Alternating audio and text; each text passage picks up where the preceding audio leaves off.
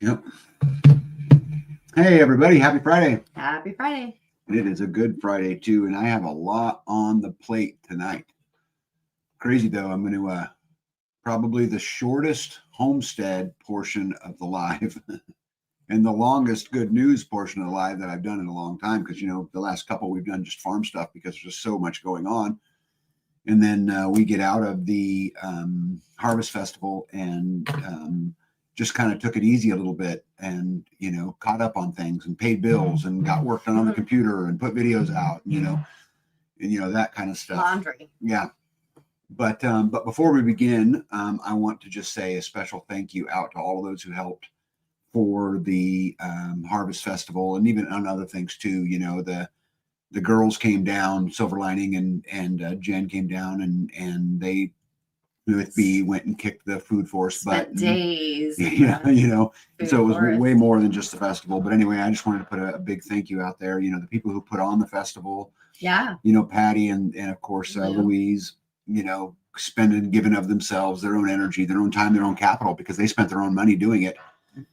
Buying decorations and whatever it was, and just to everybody, if I missed somebody, I'm sorry, but there was a lot of help. We put in the septic system and I had a ton of help on that, and I don't know, maybe it took a week to do. 10 different people. It took us a week to get it in, the better part of a week. So it was really, really cool. And it was super exciting and I'm super blessed and I'm honored by it. And I definitely don't take it for granted at all. And, many more festivals to come, which we'll talk about the next one a little bit tonight with all you guys. But however, did I scare you? No. You sure? I went to grab my pen and it bumbled out of me. Let's get some hellos in, huh? All right. I want to welcome in Helen, the first one in. Good to see you. Starla Dope, long time no see. We were just talking about beautiful Louise Wesley says, hi, folks. It's a bit cold here. It is a bit cold here. And rainy all day, and it was cool. It rained all day long, and right before the live, I looked at our solar system, and I had 90% battery life. So we're at 85 right now. Are we? Yes. I just looked at it like 89. Nope, it's 85. I just looked at it. It's even pulled up on my phone because I was like, whew. What we got on right now. We're using 592 oh watts. My goodness. It's funny. We went from 30.8 kilowatt hours to 108 kilowatt hours, and she still manages it like she's going by candlelight. It's just. I can't talk out of it. Anyway, Jane, welcome in. Dana Green, good to see you. Nidos, big congratulations to you. They are super close to having alternative energy, and I got just a couple last little pieces to scrap through. I know that feeling. Yeah, and they'll be squared away. Greatest name on the internet. Half of a lot of them is in here tonight, as is the Instigator, which I have a picture of the Instigator. He drew a shield for us, a combat of arms that we can use to symbolize our life. I can't wait. And it's really cool. It's really, really cool. Carrie Davis, what's going on? Let's see here. No live is complete. Right? Without a pack rat. Without a pack rat. My buddy Mo Engineers in the house. Good to see you, my friend. Rhonda Benefield, welcome in. Let's see here. What's Pack Rat say? Pack Rat says the bride's going to ask what kind of tractor she needs to buy. She wants to move stuff, dig holes, and other acreage things. Yeah, I lost that fight, so I'm probably the worst one to ask. Yeah. Yeah. Live with Mike and Jen are in the house, presumably Jen. Good to see you, my friend. The King, Jeff, Gypsy, Hefty, Lefty, Amazon, Mud Dogger, Slick. Phyllis is in the house. Says, looking like things will be interesting in Kansas with the World Economic Forum. It is, and I'm going to fill you guys in. And I found so much stuff tonight digging. I spent so much time on this, and super interesting. Anyway, Skanes Girl, good to see you. I hope you are staying dry. Leela, welcome in. Mary Michelle, good to see you. JCK, Citizen Broadcaster, is in the house. I need to shorten that. It's probably like broadcaster, something like that. Journalist, First Amendment warrior, something like that. Anyway, Betsy De La Rosa, good to see you. Jen says it's a blessing to be a blessing, and you guys are 100% blessing. I could have never gotten all that done alone. I'd still be out there digging in the mud. I'd get it done, but right. Yep. Stan Gunther, welcome in. Squatchy, what's up, my friend? Let's see here. Tamara Smith, good to see you. Let's see here. He says 85, 89, tomato. Right. Gregory, welcome in. Let's see here. Barbara, good to see you. And Aljo as well. Let's see here. Lazy Loper, I hope you're keeping Squatchy under control. Dana Green, good to see you. Terminator. Then Mario says, good evening, all my groovy homestead people. Happy Friday. Yep, it is a happy Friday. And I hope you leave this live as happy as you walked into it. With all the good news going on. Oh, man, babe. What's there not to like? Man, oh man. Anyway, I'll keep up on the welcomes as they pop in. You got anything you want to start us off with a live? Start us off with? Yeah. Well, it's quiet around here. Yeah. I get up and go to make coffee, and there's nobody creeping around the house, and I'm like, wow, it's just us. It's real quiet. Yeah, we spent the better part of a couple of weeks with house guests, and they were wonderful, absolutely wonderful. We had a great time, but it is weird. You get used to it, yeah, and then it's all quiet again. Mm-hmm. Yeah. So. Yep. But we got a lot done, Mm-hmm. so I'm super grateful. Mm-hmm. Getting everything washed and taken care of, put back to the way it was. Trying to eat through all the food that's still in the fridge. Because we get a lot of stuff and then they leave, and then I'm like, oh my gosh, I've got chicken, I've got beef, I've got the food that I made, I've got the food that they brought, I've got the food that we laid out that we didn't get cooked, and then I'm like, oh, I found this, and then I'm cooking up all kinds of extra stuff. Yeah, my good friend C. Messer's in the house. Good to see you. Let's see. Oh. Got smacked in the head. Louise came over. So Louise smacked me in the head. No. Is Louise abusive? So Moo, well, I don't know who broke into the turkey barn, but somebody broke into the turkey barn and tore the trash can, all of the metal trash cans. The lids will no longer fit on because the circles are no longer round on the trash cans. They like stepped on them and banged them all up. The Rubbermaid ones are hanging in there. They have taken a beating.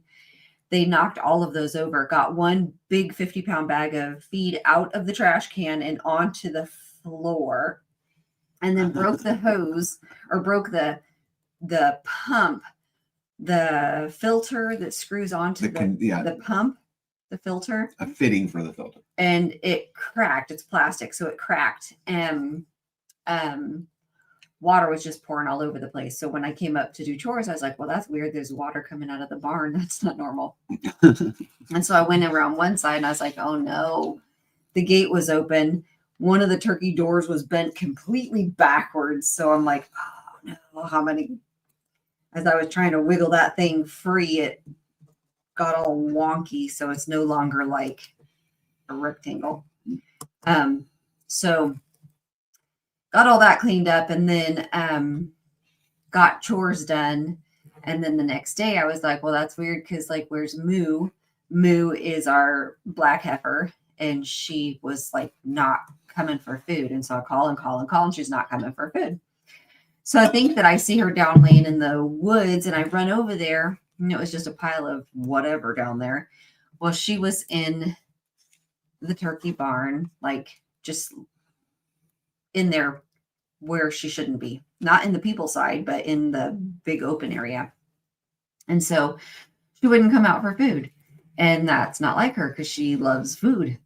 And so I couldn't get her to eat that night. And then the next night I called Louise. I'm like, okay, so she's not eating. I'm assuming she was the one that broke into the turkey barn and ate too much turkey food, which is why she's not eating her food. And so Louise was like, well, give her some probiotic. She says it's palatable, so they should, take it okay. But trying to catch the cow to get her to take the probiotic, I was super grateful for Louise to come over and show me like even how to do that, because she had like a big cock gun, and it was like just put it in the cow's mouth. And I was like, oh, I'm so glad you showed me how to do all this. Well, when she got there, we were trying to catch the cow, and 5 loops around the paddock one, I got her pinned into an area where that tall brush is. And I used a big tree that was on the ground. I picked it up and I used it to like wedge her in there. And Louise snuck around the front side to get the harness on her, or halter on her. And she didn't stay. So when she went to jump over the log that I was holding, it whacked me in the head. And then that was her front feet. Well, then did it with the back feet too. So it hit me again.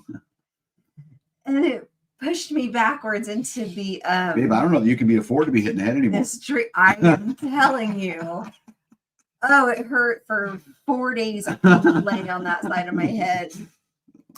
And so Moo is now, I'm going to put a video out tomorrow about what I found. I locked Moo into her pen and gave her some an alfalfa cube, like hay from a hay brick. And she got out. She broke out of her stall by bending her gate down. So the gate was like rounded at the ends like this, and it's now in an M shape, the top of her gate. And it won't open all the way because it's all bent. So there is nothing keeping her in there. Hey, real quick, guys, I wanted to show you there's a new feature on StreamYard here. And see if you guys turn it on, see if you guys like it. Where the comments pop up on the screen down there. Oh, yeah, that's cool. Yeah, anyway, I want to push this one out here real quick because I think it's important. Leela says, y'all, I need your help. We need a tractor. I need to be able to dig swales, pull up fence posts, dig holes, haul compost and such around the brush hog and the pasture consideration. So is money an issue? Because if you could buy any, I'm assuming you want a mid-sized tractor, so like a 50 horsepower or something like that, I'd go buy a Kubota. That's just what I would. That's what I'm saying. If money was no issue, right? That's what I would go buy. At least in my neck of the woods, that's what I would go buy. But there's another side to it too, which is you got to look around for the best deal. Mm-hmm. You know, if you can find a deal that's, $15,000 off plus 0% interest or something, right? I mean, they're having a hard time moving a lot of stuff. So for me, I would just search around. Some of the other things you said there. So dig any kind of digging with a tractor is harder. Like when we dig with a skid loader because it's so much more effective at it. The tractor's just not a great digger. It will dig and it will dig swales. It could just take you a lot longer. It don't move as fast. It don't dig as deep. It don't have as much force, those kind of things. But the rest of the stuff you want to do, pull up fence posts, haul compost and such, brush hog, it'll be absolutely wonderful. But I like my tractor. It's easy to drive. Yeah, Gregor says too much corn or protein for cows when they are not used to it can kill them. Mm-hmm. Yeah, we were worried about it. Yeah, I need to get another gate up on top of that barn. Lou wants to know how much you want for her. For Moo? Yeah. For what? I'll tell you though, Moo is a fabulous mama. But I would absolutely trade Moo for another lady. For lady? For another lady. That's just... Lady just allows you to do whatever. And she's not aggressive and she's not the alpha. She don't want to be. No, she's Moo's like, don't touch me. Yeah, don't touch Moo's me. a drama queen. She is. She wants to be fed. She's a drama queen. She doesn't want you to touch her. Yeah. She just wants to be left alone. But I took 3 days and gave her probiotics and just some alfalfa, and then she was on hay. And then I opened up a pasture for her, or for all of them. And they haven't spent much time over there though. What else? Oh, Matt said to get a lick. Safeguard lick. I'm gonna look into that.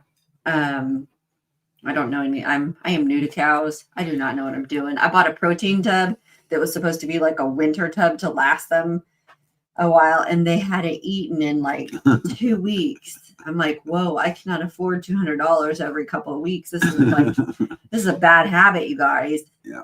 Cameron said I'd love to have a skid loader. Guys, I'm gonna tell you something. For a farm, a skid loader is superior in almost every way.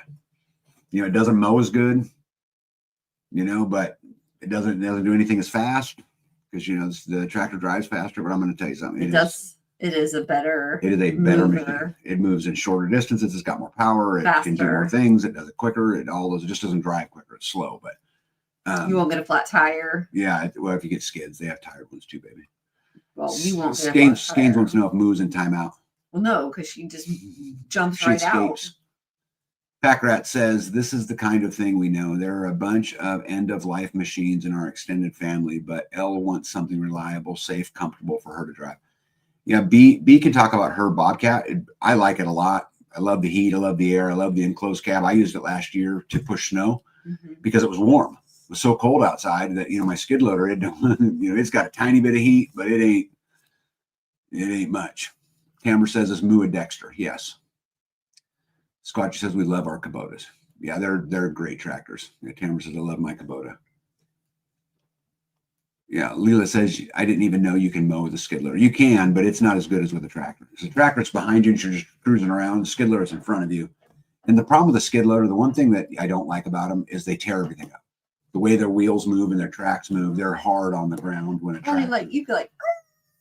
Yeah, if you take when you're big pulling circles, one it's not and so pushing bad. the But other. A lot of times when I'm mowing in my tractor, I'm turned around. I'm driving backwards because there's a handle right there and I can just hang on to it and steer with my arm, with my other arm, and I can just see and like tuck my mower up into areas. Yeah. Boy, the skid loader, you'd be looking straight at it. Yeah, which would be way easier because you could see what you're mowing. Yeah. I would think that would be easier instead of like you have this big thing on your back and you're trying to swing this thing around. Yeah. Gregory says safeguard is the dewormer. Mm-hmm. Yeah.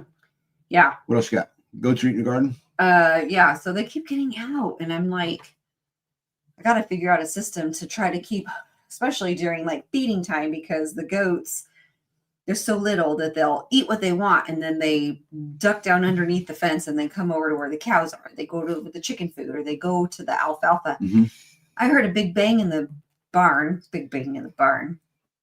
and I go in there, and one goat is standing on top of I had to pick the alfalfa bale. I went and got 2 from the store, and I put one up on top of the blue barrels to keep the goats out of it.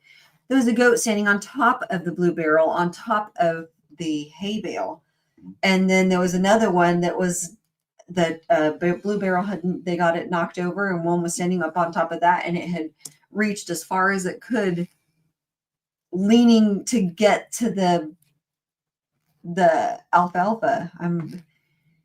They're like starving little monsters. Like, and you know what's crazy about these goats? Have 40 acres to roam, their full of food. bellies are so big. I don't even know how that's possible. I don't know if they're overeating because they sneak underneath the fence and then they get out and they eat what they want. And when it's time for me to feed them, I call them, they sneak right back in and they're like, I'm here to eat. Like, you guys have been eating all day. Laser Loper said we only supply our cows with Redmond mineral salts and sometimes Redmond conditioner if they need extra. It's a clay supplement. I've heard of the conditioner. Yeah, that would be good. The mineral salt. Yeah. I got them the Redmond's garlic salt. Lazy Loper said last one harvested had a hanging weight of 1,137 pounds. Of what? A cow? A cow. Yeah. Yeah. Wow, it's good. What else you got? That is a lot. You got smacked in the head. Oh, Joe came over and fixed my internet connection onto the Grid Down. I was having issues trying to log into it so I could see what was going on so I could monitor. And he came over and do like 10 minutes and he got it working. Mm-hmm. Yes, we're back to where it was. Yeah, which is really, it's such a peace of mind to be able to see what's going on.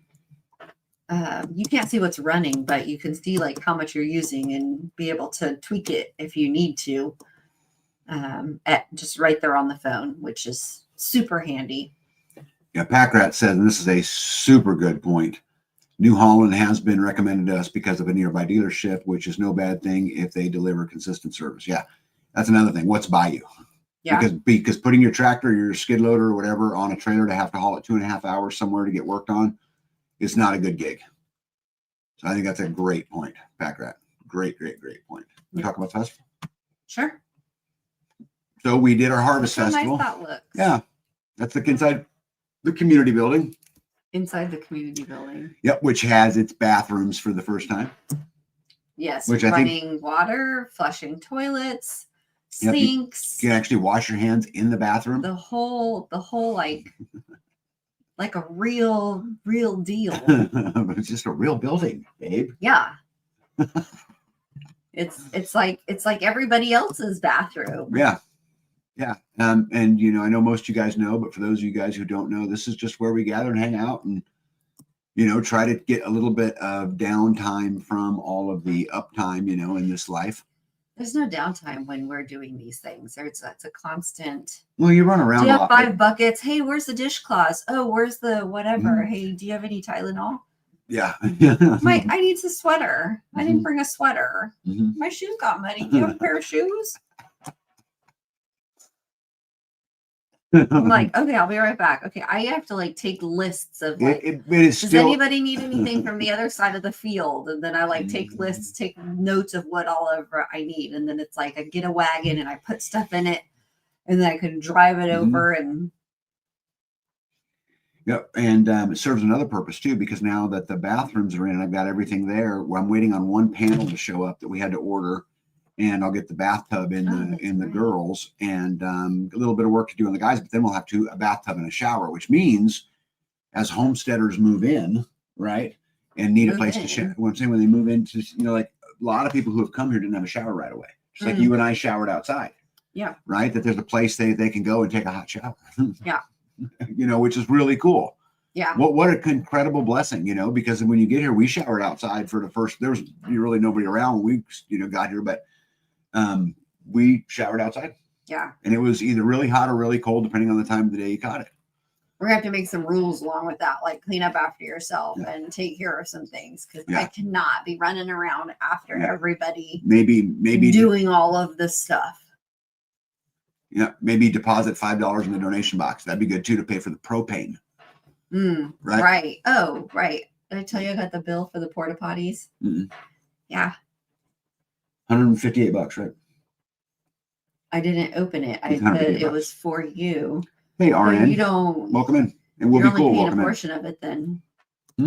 That's only a portion of it then. They No. gave you a good deal. No, yeah, he said to me when I talked to him, I ran into him at Farm and Home, and he said, "Hey," he goes, "Yeah, I've been meaning to bill you for a while." He said, "I just billed you for part of the month, $158 or $152 or something like that." I was like, "Cool, Wonderful. rock on," right?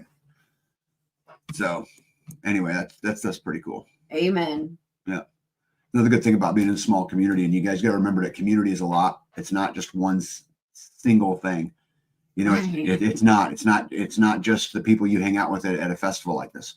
It's also the geographical community around you and getting to know the person at the farm store and at the bank and at And the you porta know, potty and, store. and the porta potty store, right? And building those relationships and doing good, and then you know things like that happen to you. But Yeah. but pretty good stuff. Let's see here. We and Oh guys, no. I only took a few pictures to show you guys of the festival, but they did a pie eating contest, which I thought was pretty cool.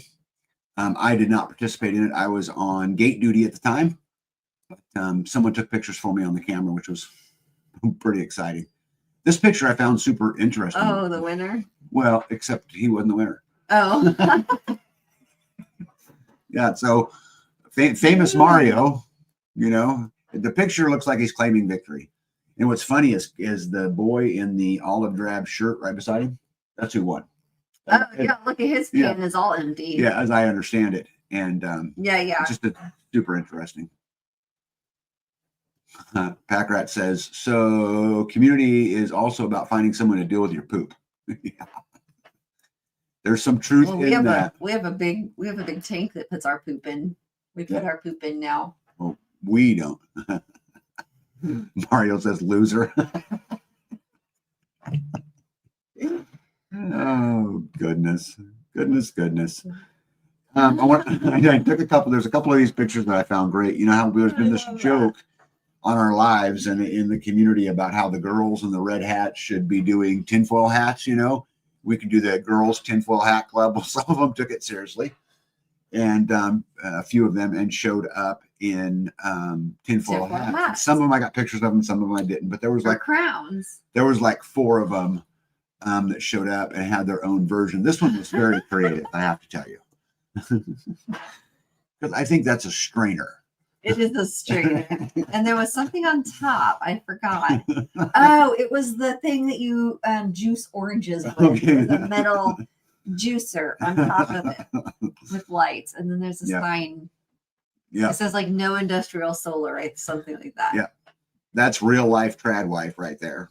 And that's just a great picture. I thought it was really, really cool.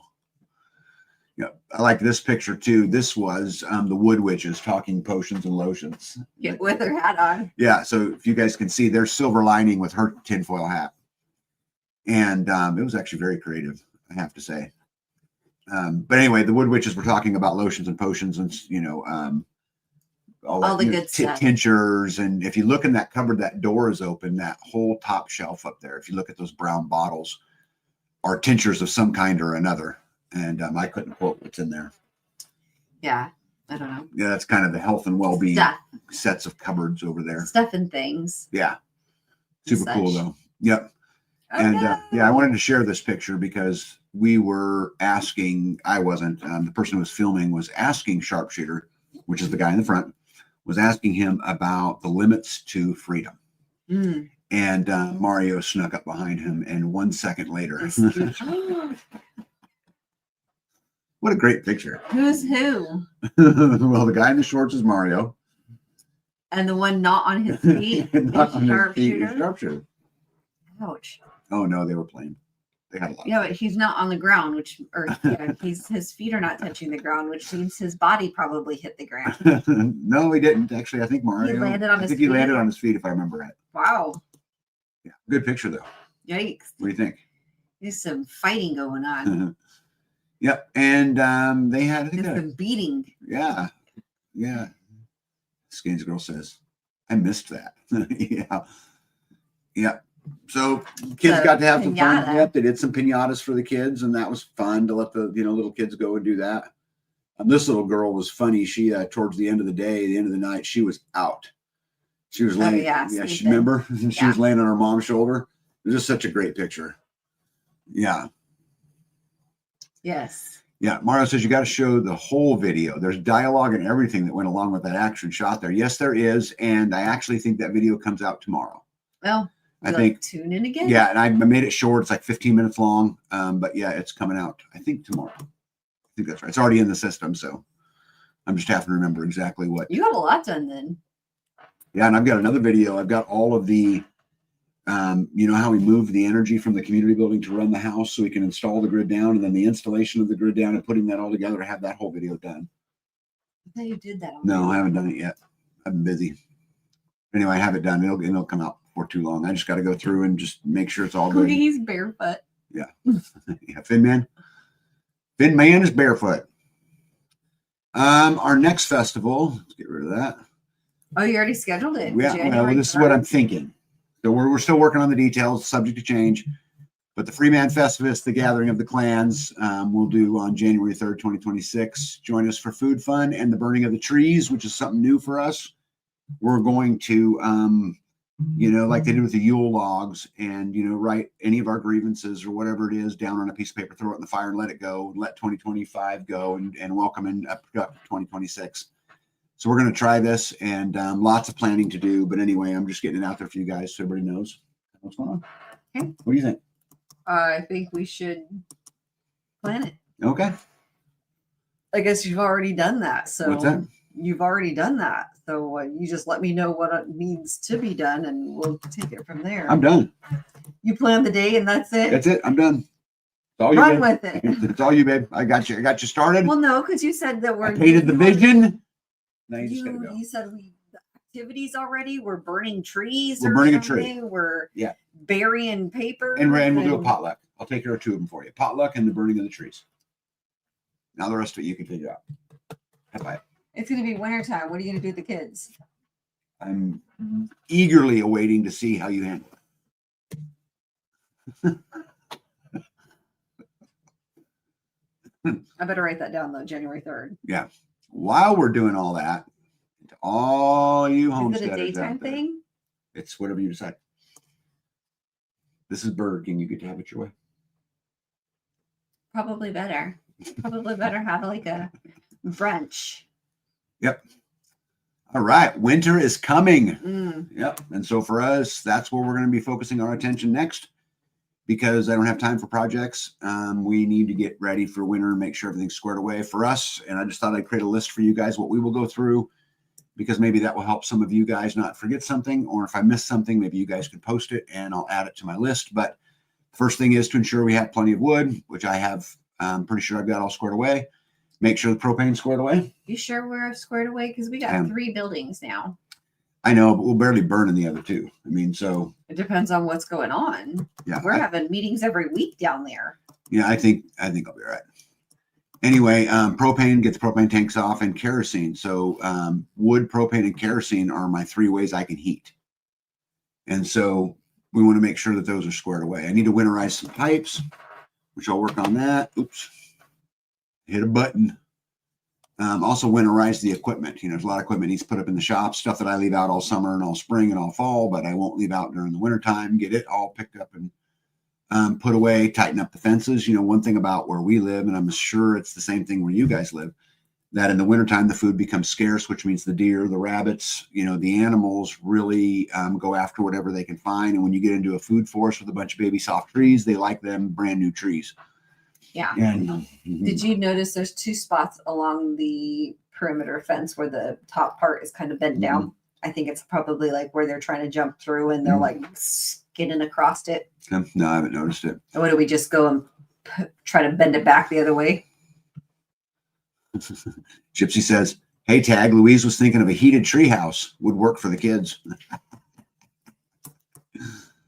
Yeah, you know what? Not this year.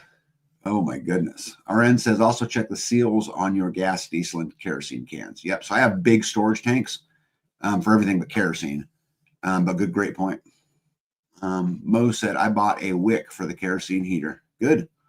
That'd be a good thing, right? Make sure your kerosene's square. Make sure you got wicks. Make sure everything's squared away. Those little kerosene radiant heaters are great heaters. Oh yeah, new 5-gallon chicken waterers were delivered today. It's time for the automatic waterers to be pulled for the winter. There you go. Yeah. Right. Pull automatic drain water. There's a good one. I need to add to my water. list. Yeah. Drain water. Good job. I didn't have it on the list. I had winterized pipes. Yeah, but that's totally different. Yeah. What else are we going to do? We're going to prepare for animal needs. I've been encouraging B to stock up on food because this time of year, we don't have as much risk for mold and for things like that to grow in barrels. Mm-hmm. And so we don't have to, we can store more of it. So I'd really encourage B, and I've been to get all the food we can get stored up. So we can make it as long as we possibly can without being forced, you know, to go deal with it. Yeah, Mo says, check your car and equipment batteries. Yeah, it'd be a great time to do a test on a battery, right? Until you need it. Hate to go out there and you need it. Then you can't do it, right? Review our own personal food supplies. Just check, make sure pantries are full, all that we're heading into winter fully stocked up. Solar prep, this might, people might say, what does that mean? For me, because, you know, you got to control the environment of your systems. And so both of my systems are in very small rooms for a reason, because they produce heat and you can keep the place warmer as extending the life of your solar system. And so for me, what prepping for solar means is to make sure those rooms are ready, the windows are closed, because during the summer we have windows on them, which we leave open so that it can breathe because of the heat, right? And so do any solar insulating and prep that I can do to help those systems make it through the winter time. What else? Treat fuel. Yep, we talked about that. We talked a little bit about fuel, but yep, we got to make sure we treat it and then prep the gardens. Again, we want to make sure that Sensitive stuff is taken care of. sensitive stuff is there, and that's right, and that our, you know, brand new saplings of whatever aren't getting eaten off because there's nothing else to eat. So that. Yeah. Yep. Nito says, oh yeah, I've got to get feed purchased for the winter as well. Yep. What 5-gallon waterers did you get that were delivered? Nitos. Are they winter feet? Are they winter waterers? Hey, Redneck, welcome in. What's up, buddy? Yeah, I'm sure he will answer you in there. So anyway, I think that's what we're going to do next is get ready for the winter. I don't have time for any new projects, so that's what we're going to do. And I need help. Yeah, we just got to get that stuff square. So that's what we'll be plugging into. You know what else you got to do? You got to get the birds harvested. Yep. We don't want to feed the roosters that we don't want to keep through the winter. Yeah, and There's I've no sense tried to give away birds. Yep, downsize flocks. But now that I've got a plan, I'm going to just take care of all of them. Yeah, I think are you and Jess going to butcher? Is that right? Yeah, we talked about that. I think that would help me. Help me get it done. Here's another good one. Jen says, verify fire extinguishers are still charged. Chimney and stovepipe have been cleaned. Exterior faucets are drained and winterized. Yep, all good stuff.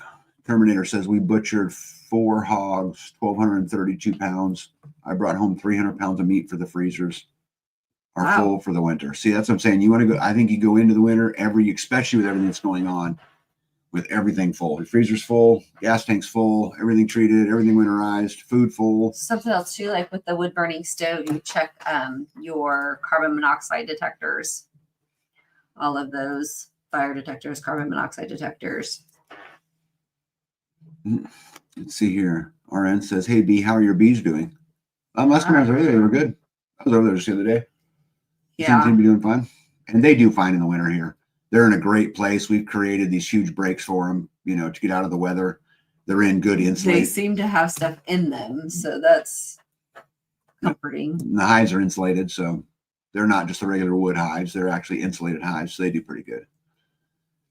Skins Girl says my winter list is about as long as I am tall. Nito says, does anyone know where I can get a telescoping squeegee for solar panels?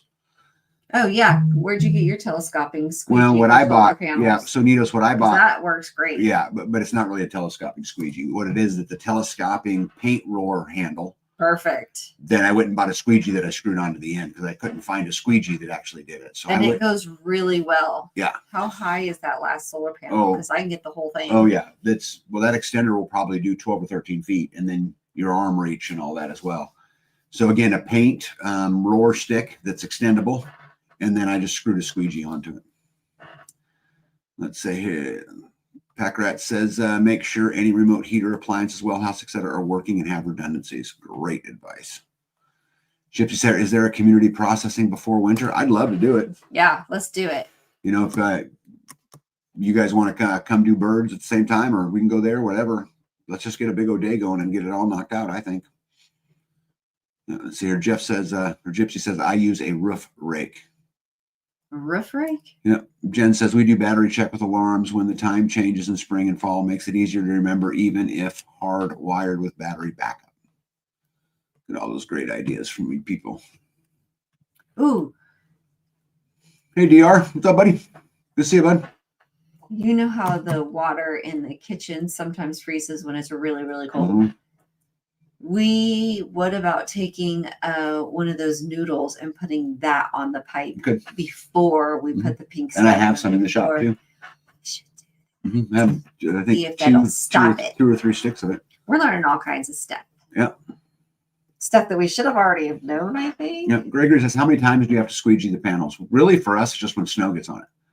When snow sits on it. Yeah. Because When if it's going to be like, if it just is a tiny bit of snow and it's like a nice sunny day, it will melt very fast.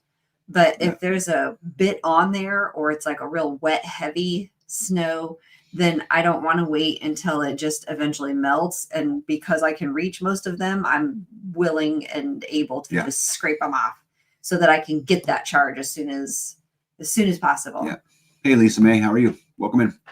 Yeah, for us, because it's our primary source of power, we can't let like people who have solar panels that are tied to the grid, they can just use the grid till it melts. But we don't have that ability. So if it gets any amount at all on it, we need to get out there and get it off. And if we only have to do it if it's snow, because if it's ice, it's like see-through.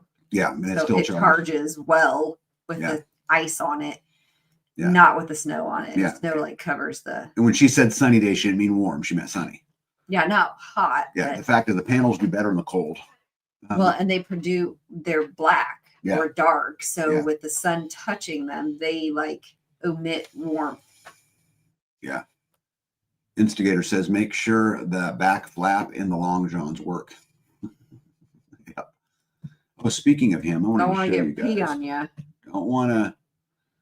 All right. Let me share that funny. Cinnamon rolls. I'm going to share this with you guys. So we found, we got sent to us our new, shield of, I don't know what they call it, but, like a family crest kind of thing, which this is really great, by the way. Is it family crest or is it tag crest? No, I think it's family crest. I think. There we go. What do you guys think of that? Cinnamon roll, skid loader. Is it a gavel? Yep, gavel and What is that? We the people. we the people. Yeah. Oh, if you look real close, that doesn't really look like people. It looks like a roll pull. But anyway, it's supposed to be people. What do you guys think? We get that made into a flag. Auctioneer's gavel. Hey, Scott, what's up, bud? Good to see you. Hey, Instigator made us a new one, so I think we're going to get this put on a T-shirt. This is like T-shirt material. What do you think? And then you could put your name across the ribbon. Yeah, I like this. Or put free man. Yeah, look at that. Life done That was free. so thoughtful. Scott says, "Love the crest." Yeah, look at that. Anyway, I think that's pretty neat stuff. Perfect cinnamon roll. Yeah, perfect. All right. Well, should we? Hey, Sharpshooter, we were just talking about you. Yeah. Mo says it needs a beach chair and a margarita for Bee's vacation.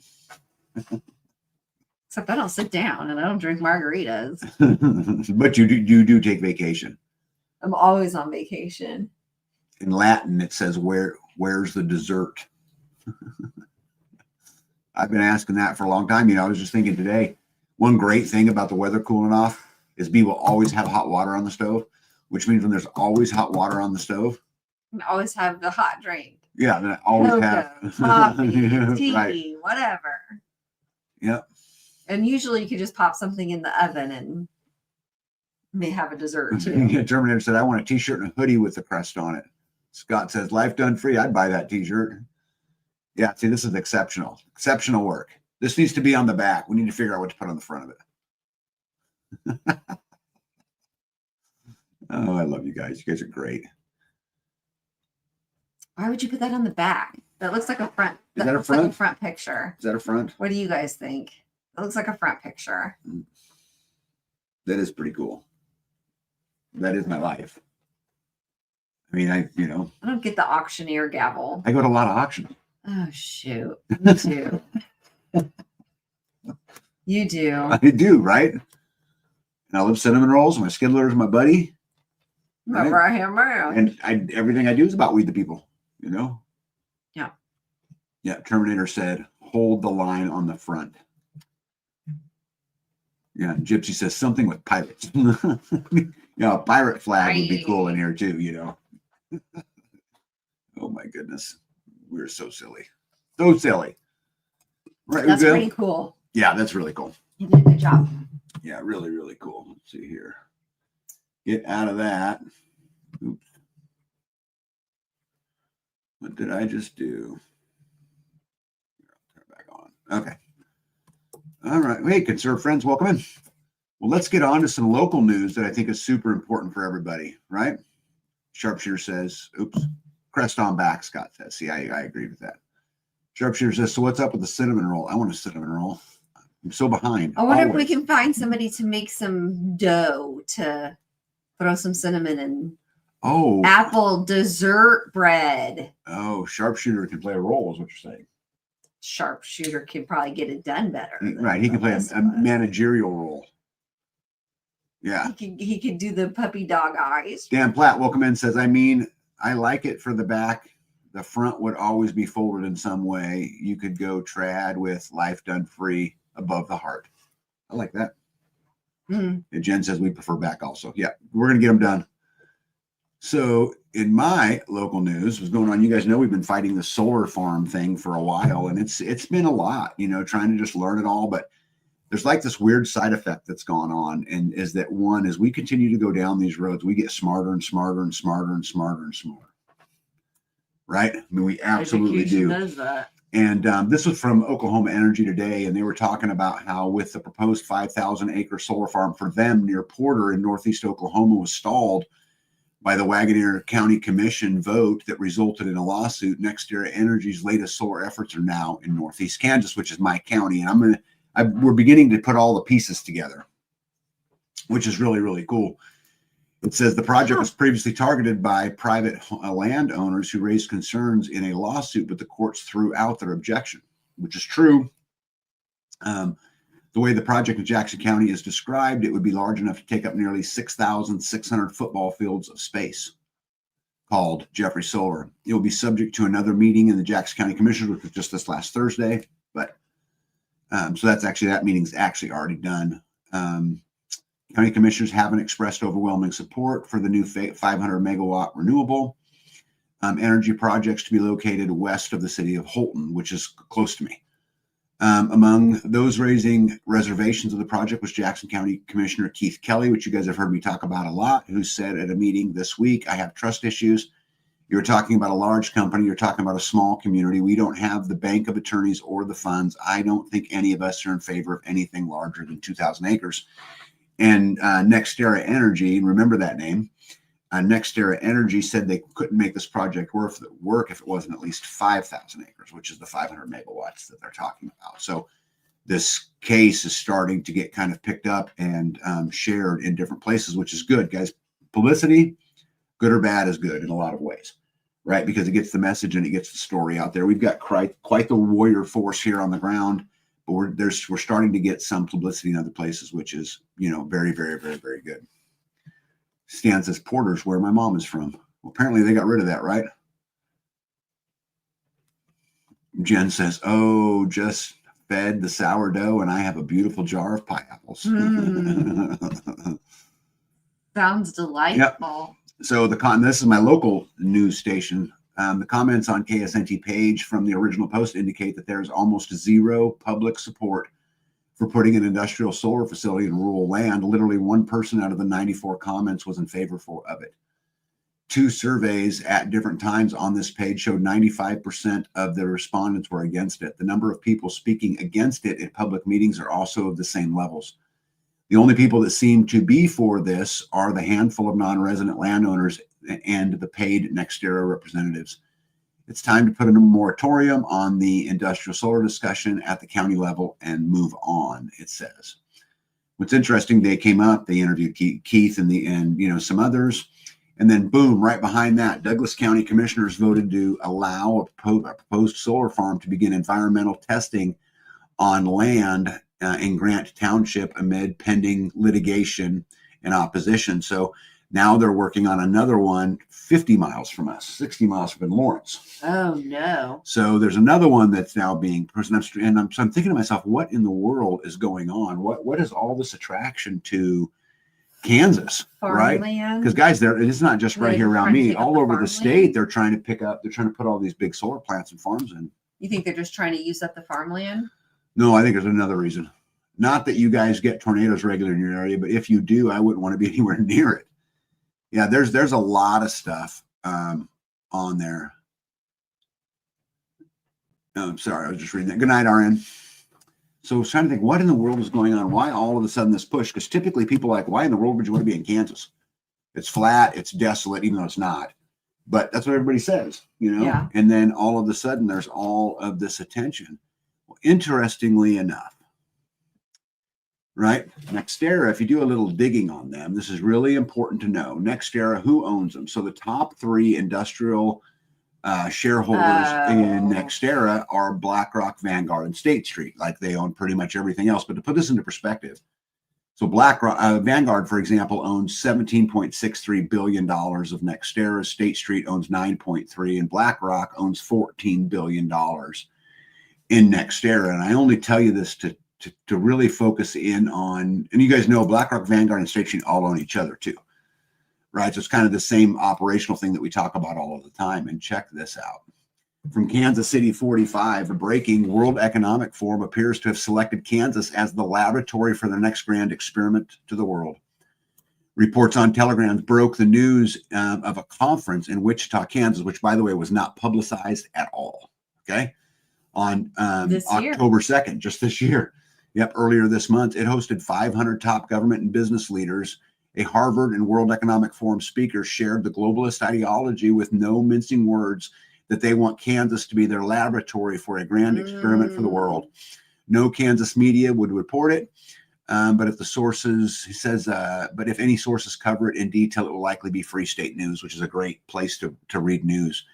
So I thought to myself, no way. No, yeah. No way. Right. Kansas, that's weird. So I started doing some digging. Laboratory. I started doing some digging, and guess what I found?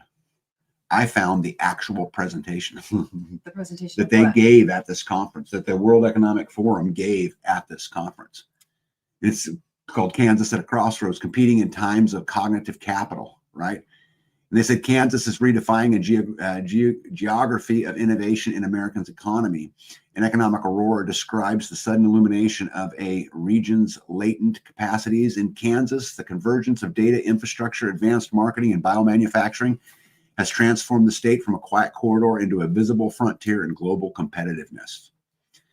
And so as you look in this, and a lot of this is really true, you know, we've got a big aircraft, a big manufacturing component. We've got state-of-the-art battery making facilities. Panasonic just opened a brand new one. We've got data centers. We've got a lot of that stuff. And apparently, a lot of stuff that has come in here in the last couple of years too. Yeah. So it looks, I think it's interesting that they used the word laboratory, and they also referred to Kansas as an economic aurora, which I think is really, really fascinating. Gregory says, is there large data centers coming in? They're already here. I don't know if they're going to build more or not. I have not seen that, but I looked at an acreage property in Marietta, and it said potential opportunities for solar and wind energy development. Interesting. Could it be once they get the solar panel farm in, will they be putting in a data center? Like to use up the electricity? To use the electricity? What do you mean? Well, if the solar panels, the solar systems they're putting in to use up that electricity, that put the data centers in here to use. Well, see, but what's the crazy thing is that'll bring in jobs. We've asked that question directly, and the fact is that this area isn't going to benefit from the power at all. But what if they put the data centers here as well? Well, it doesn't really matter, because what they'll do is they'll put all of the energy into a big bucket, basically, and sell it to the highest bidder. Yeah. Whether that's an energy center in Nebraska, whether it's a whatever in Oklahoma, whatever, they'll sell the energy to that. Broadcaster says, no, thank you. Well, I think this is absolutely crazy, because this totally outlines it, and they go deep into wind and solar in this presentation, and you guys can find this out there. This isn't super hard to find. Once I knew it existed, I tracked it down. Could track it down pretty quick. But this is why the big push for all of this. This is why we have all of this stuff coming here, right now, is because apparently the World Economic Forum has said this is a great place to try it out. Let's see here. That's not very comforting. Then they need water to cool those data centers. Yep. As you guys know, and I've said to you guys in this live a million times, the number one issue is energy. Number one. And I'm going to continue to talk about it as we go on tonight. In my opinion, it's equally as important to water and food and shelter, the things that we talk about, you need, because the thing is, without energy, your existence is just that at medieval level. It's not any better. And so, you're going to be doing it the hard way, without it. So anyway, I think energy is going to become the biggest thing. And I think they are going to totally use it to their advantage, to use stroke to, hold us into that, new system of, if you don't do what I say, then you don't get your energy credits or whatever it is. Yeah. And I mean, this is proof. They just in October this month, right here in Kansas, Wichita, which is, 3 hours from here, they're discussing using, Kansas as a laboratory, their words. Yeah, that does not feel comforting at all. I told you you'd love the live tonight. Yep. So Kansas did strike back, just so you guys know. So Kansas has put out Bill 2204, declaring that the World Health Organization, United Nations, and the World Economic Forum have no power within the state of Kansas or any political subdivisions thereof to enforce any rule, regulation, fee, tax policy, or mandate. we'll see where it goes. I think I bring this up is because the battle lines are being drawn. Yeah. And I actually, it's going to probably sound crazy to most of you fine people out there, but I actually feel kind of honored that I get to get in the fight with it. And Perfect. yeah, where are you going? I gotta go to the bathroom. Okay. That I get to kind of get in the fight with it because, you know, we always talk about if there shall be trouble, let it be at my time, so my children know peace.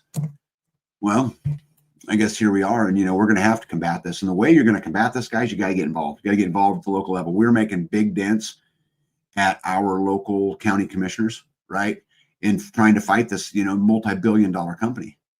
And the thing is, how do you fight a multi-billion-dollar company when you don't have multi-billions of dollars, right? And the only way you do that is in the court of public opinion. You know, and this is where you get out and you get on social media and you post and you billboards and you show up at meetings and you get loud and you know, respectful, right? But you get involved, you get directly involved and you stay at it. And you know, it's not just, I can't stress this enough to you guys. It's not just about being harsh. It's also the other side too, which is being fair. And I think you really want to come off to your public officials as a great ally if we're on the right side.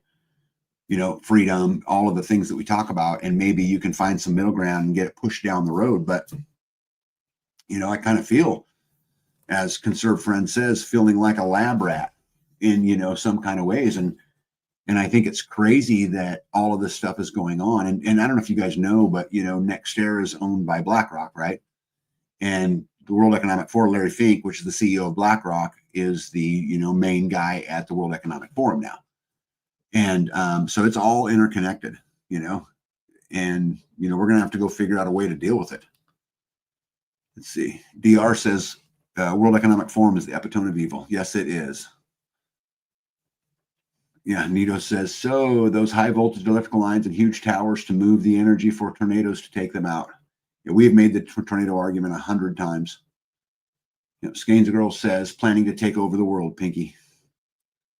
Yeah, Gregory says, sometimes it feels like we're up against Goliath. This is so important, Gregory. And I'm really glad that you brought up this point. I'm going to wait for Beast. We're just going to, let's see here. There we go. I'm really glad that you brought that up because I know it feels like Goliath, but I'm going to tell every one of you something. And I hope you take this to heart. Sitting in the background, waiting for somebody else to do it. All it means is going to get harder for all of us. The very best thing that could happen is every single person stood up at the same time because you can beat money that way.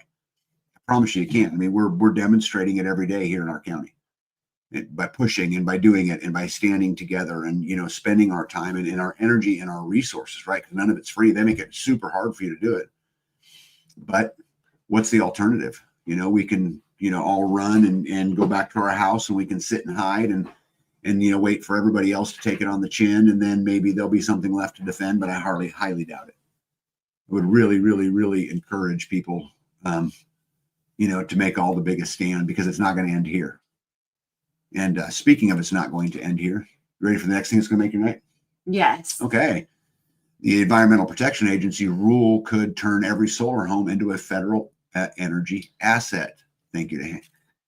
So let me, I'm actually going to share my screen with you guys because let's see here. I'm going to read. I don't do this very much. Where is it? Oh, stop sharing.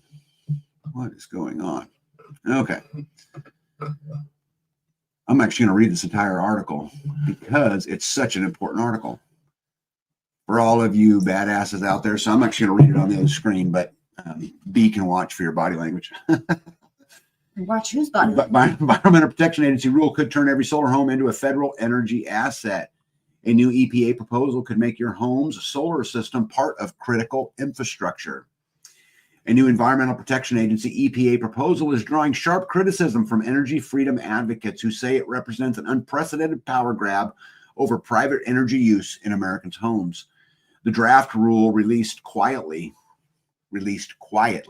right, for public comment last week would classify residential solar panels, battery systems, and backup generators as part of the nation's critical energy infrastructure. Supporters inside the agency claim the designation is meant to enhance cybersecurity and grid stability. But critics say it's really about extending federal oversight into private property and punishing energy independence. This is the government's latest way of telling Americans they don't actually own their power, says Representative Thomas Massie, a longtime advocate of off-grid energy. If you control your energy, you control your life. And that's what bureaucrats can't stand. So what would the rule do? The proposed regulation, formally titled the Home Energy Integration and Resilience Framework. Isn't that great? Resilience, right? They disguise tyranny under the word of resilience. Amazing. Would require homeowners who generate and store their own electricity to register their systems with federal databases and comply with the new safety and interoperability standards. In plain English, that means your rooftop solar system or Tesla Powerwall could now fall under the EPA's oversight. Key provisions include requiring all residential energy solar devices above 10 kilowatts, okay, which is not very big. 10. Yeah, to be digitally connected to regional energy corridors for monitoring. Okay, because first they got to monitor it. They got to know what you're doing, right? But it's telling you, you let them in, they're in, which means they can turn it off, which means they can take it, they can do anything they want. Also mandating that all grid-tied solar installations meet federal response coordination requirements, including remote access during declared emergencies. Creating new energy equipment registry managed jointly by the EPA and the Department of Energy. Homeowners who fail to comply will face civil penalties of up to $25,000 per day. Per day. That's insane. Right. The EPA has no constitutional authority to track private citizens' generators, batteries, and solar arrays, said Jason Isaac, the director of Life Powered Energy Initiative. This is not an environmental policy. This is energy central planning. The real target, decentralized energy. For years, Americans have been turning rooftop solar panels, home batteries, and small generators to reduce reliance on centralized utilities. In rural areas, some families have gone fully off-grid, but the government has viewed this decentralization waringly. Energy bureaucrats argue that private generation can destabilize regional grids. How do you destabilize it when you're not even connected to it? Please tell me.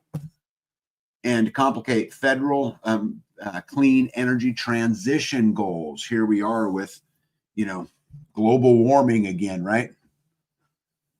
Anyway, the new rule would flip the promise of energy independence on its head, placing every kilowatt hour under federal supervision under the name of resilience.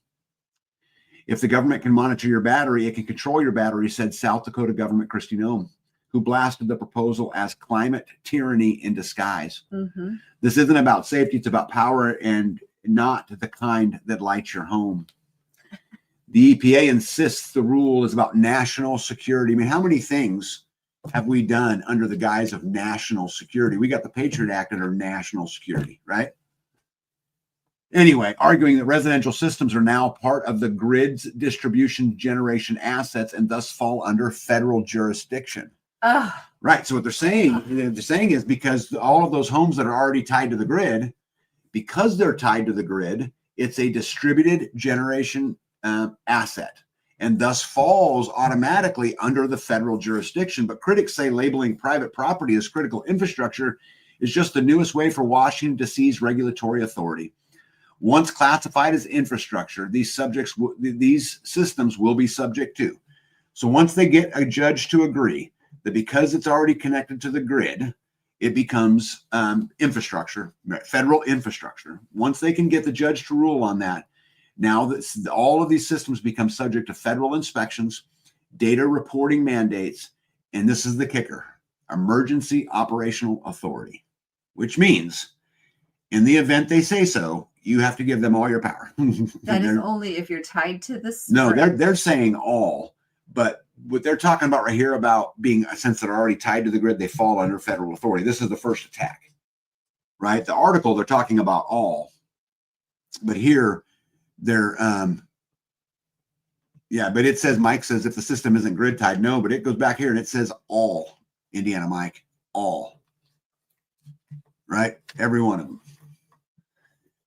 That effectively transform independent homeowners into mini power plants, regulated corporations. If you go back up in the article, Indiana, way up here, it says, requiring all residential energy storage devices above 10 kilowatt hours to be digitally connected. So these are the ones that aren't already connected to regional energy corridors for monitoring. So they're going to require them to be connected to the grid. Wonder who's going to pay for that. Let's see here. The rule also threatens to kill the financial viability of small-scale solar. Independent installers will warn of the compliance cost, licensing, and monitoring requirements that could drive up installation costs by 30 or 50%. So not only do they want to require you to give them, veto power of your system, they want you to pay for it. Even better, right? Worse yet, the EPA's registry plan would create a national database of solar owners, a tempting target for hackers and potential tools for surveillance. They can monitor what you're using. They can monitor your social credit score, your carbon credits, whatever. They could do all of that. And I think the other point is really big. I believe the number one threat to this country is a grid down situation, because in it, everything else becomes true. Starvation, right, food. I mean, everything that you can imagine under the shit hits the fan umbrella happens in a grid down event. And so the point they're making here is, wait a second, that opens us up to hacking. And guys, they can say, oh, it ain't going to happen here. The government has been outsourcing its cloud-based services to China for decades. All right, decades. They have transformers and devices in testing laboratories that they've found kill switches in. So don't think it can't happen. It can absolutely happen, right? Oh, that's a good point. Mo's got a great point right there. Sorry, guys, I haven't kept up with the comments because I've been reading. But emergency operational authority may mean removal and repurpose elsewhere also. So not only give them your energy, they might just come take your system. Take it. They'll know who's off grid, how much you produce, how much you store, said Andrew Clark, the Texas solar contractor. Once that information is centralized, it's game over for privacy. Energy analysts say the rule also undermines the very principle of decentralized resilience, the idea that spreading out energy generation reduces vulnerability to failure. By placing control in federal hands, the system becomes centralized, fragile, and politicized, the opposite of what Americans were promised when they invested in solar independence. This one cracks me up here. Several Republican-led states are already preparing lawsuits and legislation to block this enforcement. Texas, Florida, and Idaho have all signaled intent to challenge the rule under the 10th Amendment, arguing that home energy systems fall squarely under state jurisdiction. State jurisdiction? Well, what about constitutional jurisdiction and my property belongs to me? What happened to property rights?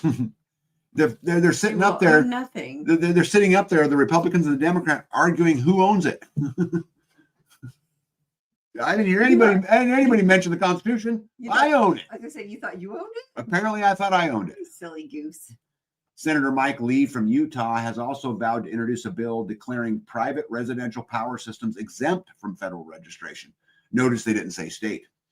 This is an unconstitutional issue, not an environmental one, Lee said. The federal government has no more right to control your solar panels than your toaster.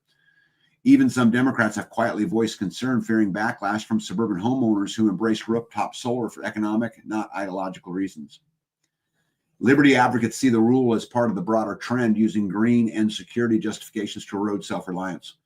First came federal control of vehicles through emission rules, then digital IDs and centralized banking frameworks. Now they argue Washington is coming for energy independence, the last bastion of real autonomy.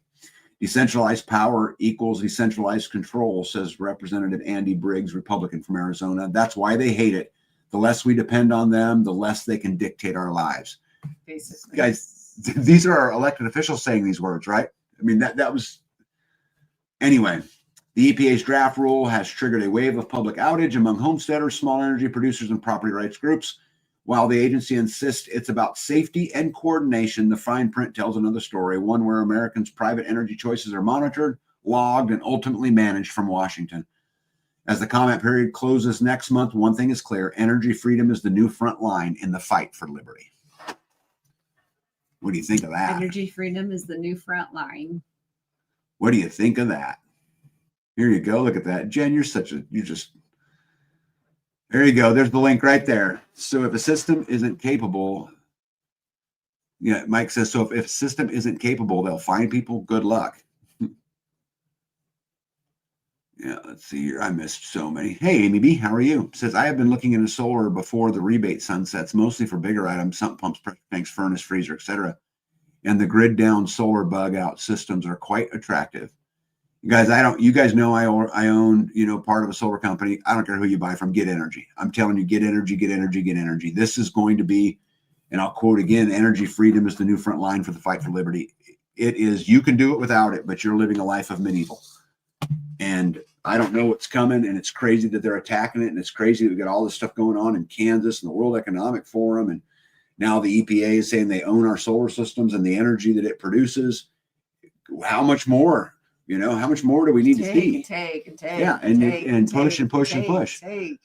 Yep. Did they only talk solar? What about diesel generators, wind power, and gasification? Well, Mo, they talked about generators, and they did not specify solar generators. You go all the way back up to the top. I'll read it to you here. Let me get back up here. It says, the draft rule released quietly for public comment last week would classify residential solar panels, battery systems, and backup generators as part of the critical energy infrastructure. Yeah. Nitos, I knew this would make your day. I was actually thinking about you guys as I was posting it. I'm going, oh, Nitos. They're just getting the solar. I mean, they're just getting to the victory lap of solar. And I posted that article. It was crazy. I got this article from Harry, who's on our lives a lot, and sent it over to me. And him and Paula, I don't know which one of them did. And I'm like, you have got to be kidding me. I was actually scrambling to get it up in the live in time because I had just gotten like 30 minutes before the live. What do you think? This whole article. Yeah, because this article was just posted not too long ago. That doesn't surprise me. Yeah, I mean, 3 days ago. Reach doesn't stop. I mean, it just doesn't stop. Yeah. Instigator says, and he always has something funny to say, but what's not funny about this is true. Private property, even our kids' privates aren't private property anymore. When have we had enough? When are we going to do something? Oh, right. When are we going to be proud of our efforts? You guys, every one of you listening to this live now, are you proud of your efforts? Proud? We can do better. We can get up. We can go do something. We can stand up. We can get involved. We can do those things and do everything we can, Nito says, and all the hoops the county made us jump through to even get a permit to install it. I know. And now they're going to come and take it from you. And now we scramble to stay ahead of more crap. Oh.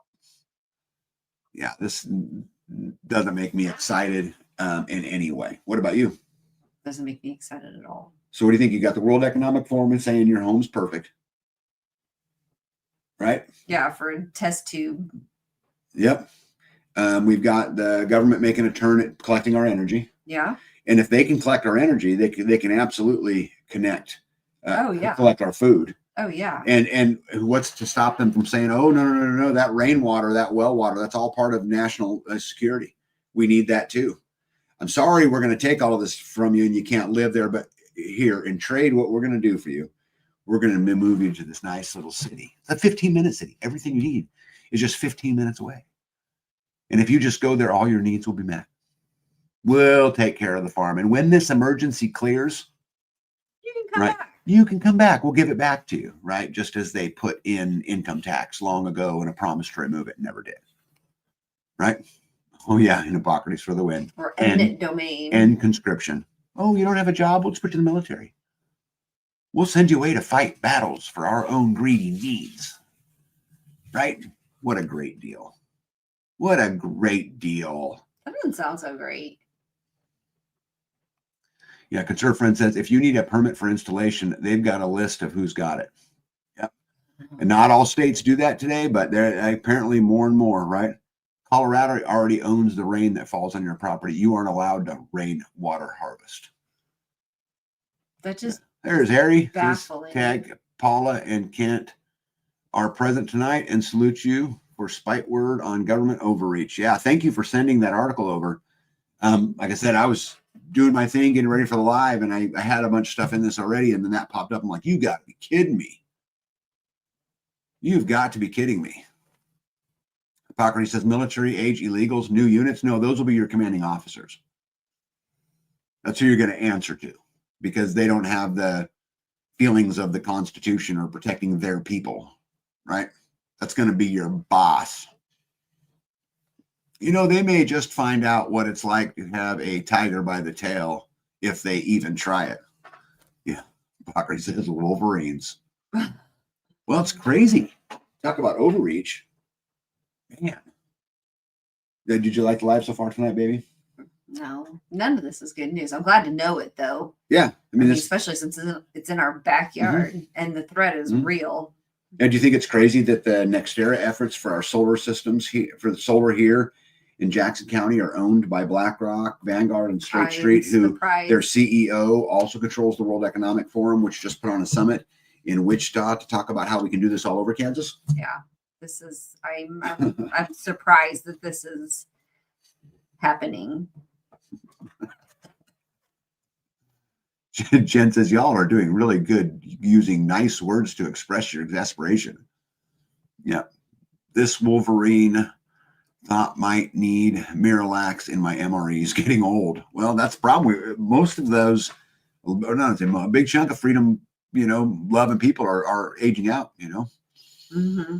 Maybe Colorado will pay for flood damage since it's their water that damaged your house. What do you bet? That's zero chance.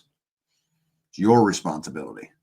Just like they're going to require us to connect our solar systems to the grid at our expense, not at their expense. Well, $25,000 a day penalty is unattainable. No, it means you can't play. Right. No, it means you can't They'll just come and take it. Yeah. Packer said, did they talk about nationalizing the solar collection systems of universities, businesses, and local governments, or just private citizens? It said, no, let me see, make sure I get it right. No, not those, because it says, and I quote, would classify residential solar panels, battery systems, and backup generators as part of critical energy infrastructure. So residential solar panels, residential battery systems, and residential backup generators is the game. Right. But those same companies are donating to build a nice new ballroom. Yeah. Yes. May need to change the segment to great news. No, I'm going to do a great news segment tonight. Oh, there's great news? Yeah, there's great news tonight, right? I never thought it would be good to hear such bad news. Well, I guess knowledge is something, and I hope you guys that you are empowered and you get up and stand on your feet and you go take the fight to them, because it's the only hope we have left.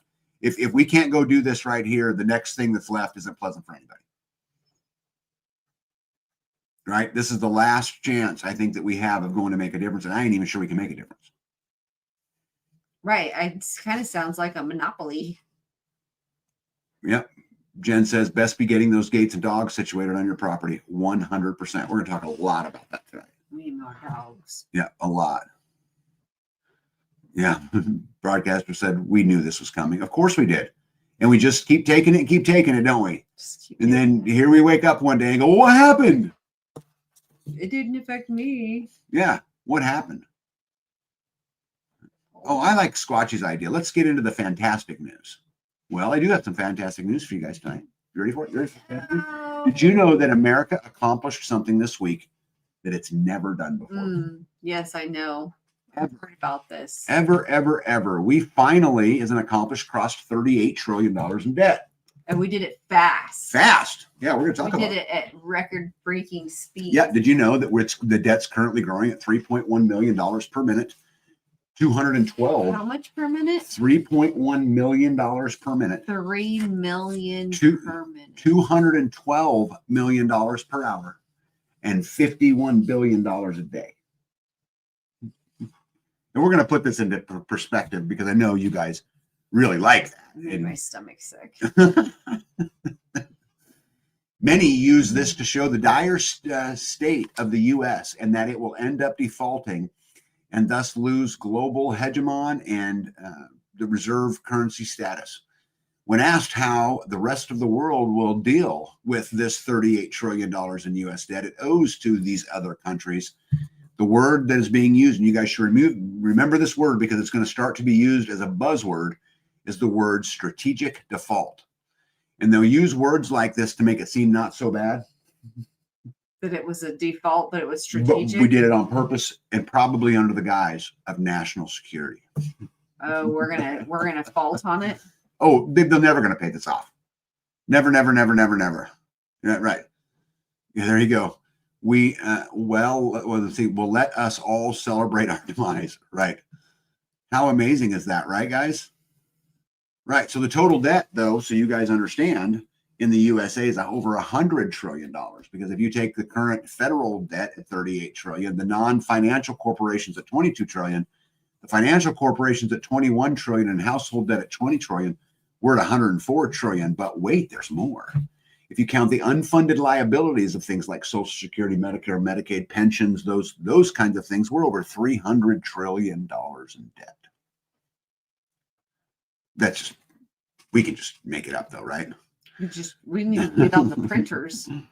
Yep. 86% of adults surveyed say that the cost of groceries is a current source of stress. 74% of adults say that the cost of housing is a source of stress, and 78% say the cost of healthcare is a source of stress. But the good news I have for these people, the fantastic news, it's only going to get worse. I'll show you why. I will show you why. So total U.S. debt, if you look back at 2023, added $275 billion, right, in the course of a month. And now we're adding $500 trillion in the course of a month. So since 2023, this is 2025. So in 2 years, right, it's gone from where we're adding $275 billion a month to $500 billion a month. So basically what that means is that at the rate we're going, assuming it doesn't speed up, which if any of you guys know how money traveled, it will absolutely speed up. This is why it sped up. But let's just say it stays right where it's at. What that means is that at this pace, our government will add $1 trillion to our debt every month by 2027, every single month. And if you count all the debt, we're currently adding $1.5 trillion to the debt. And by 2027, that number will reach $3 trillion. Per month. Per month. Okay. Every month. Every month. Oh, Squatchy's got it solved. Can we just work some overtime and pay that down? Yeah, guys, the good news is We're having a lot of overtime. Trump's got a plan. I'll share it with you guys here in a little bit. But the payment of the U.S. debt interest is now roughly equal to all United States individual and corporate tax revenue. All U.S. individual and corporate tax revenue equal to the interest we pay on the debt. So let's put that into perspective. How would your guys' life be if 100% of the money you came through the door went to paying the minimum payment on your credit cards? That would be stressful. That is the state of finance in the United States of America. You're paying 100% of your income to service the interest on your debt. Pretty cool. No. Is this exciting? That's not cool at Man, all. I got you. I got you. Shit. Okay, I got you some good news. Ready?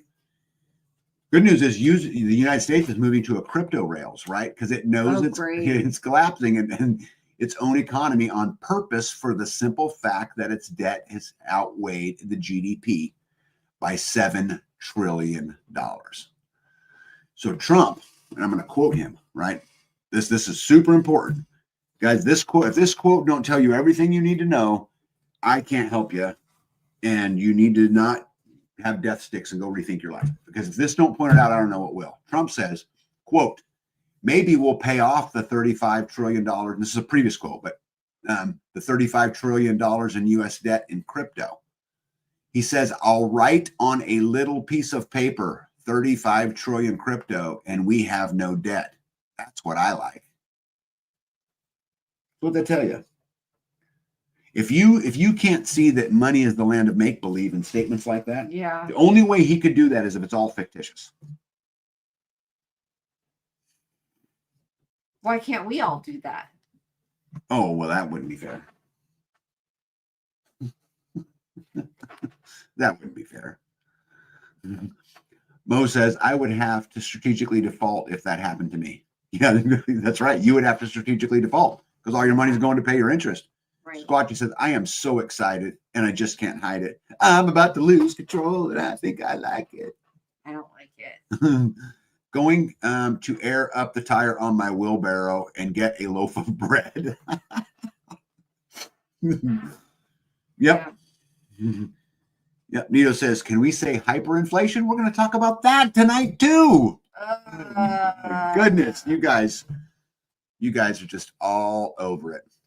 Christine Lagarde, the president of the European Central Bank, said that she is frustrated that the democratic process has hindered her plans to impose a CBDC on the European Union citizens. I bring this up because that's how they'll try to fix it. Central bank. The central bank digital currency is the answer to all their problems, which is why they're not slowing down printing. They're not slowing down the debt. They're not slowing down any of that because it doesn't matter. Because they're going to make a change. So I thought it would be fun. Let's go ask ChatGPT what it thinks. And the question was, do you think the USA will ever pay back its debt? And be honest. Based on your answer, tell me what you think will happen to the dollar. Okay. So this is super fantastic news, right? We'll see what Gronk said. Well, what ChatGPT says. Honest answer, no. The U.S. will never pay back its debt in the traditional sense. Why? The U.S. debt is not like a household loan. It is a constantly rolling system of obligations that are refinanced rather than repaid. Here's why. The debt is the money supply. The U.S. treasuries are the foundation of the global finance. They're held by central banks, pension funds, corporations, and individuals worldwide. Paying them off would actually shrink the global money supply and cause massive liquidity crisis. All that makes sense? And I'm not going to read all of these, but the bottom line they said is the U.S. will never pay off its debt because the system isn't designed for it. So if you think that dollar is worth anything, you think that piece of paper is worth anything, man, we got some new things coming, right? Now, Tucker Carlson went on this week and said that he is convinced that the CIA actually created Bitcoin, and that's exactly why he refuses to invest in it. He warns that Bitcoin will one day turn into a massive scam controlled by a shadowy network of elites who manipulate politicians to tighten their grip on America. Carlson says that coming from the government family makes him certain that the mysterious anonymous founder is proof that it traces all the way back to the CIA. What I find so fascinating about this is if you really sit and think about it, it could have been created for the government as a way to get rid of the national debt ultimately. You know, this could be a plan that's been in the works forever, right? DR says that's why metals are going through the roof. And Reps talking about metals, Dan, good timing, says people who think the gold and silver rally is over forget Uncle Sam has just reached $38 trillion in debt. The debasement trade has just started. We're going higher. And I would agree with that 90% of the time, other than it can be regulated and it can be messed with, right? So gold price to pay off using, is that a door? No, it was this thing. I spin the gold price to pay off using the USDA's 8.1 tons of gold. Okay, so if the government was going to get rid of Fort Knox, take all the gold out of it, and try to pay off the debt, it would cost, the gold price would have to be $145,000 per ounce in order to pull that gig off. They will never pay it off. Never. So here's the good news, guys. What are we going to do about it? Right? I'm glad you got a plan. Well, there's a few things that we need to do. First of all, you have to recognize there's going to be price increases, right? And so because we recognize that, we really want to be building assets. And DR mentioned earlier metals.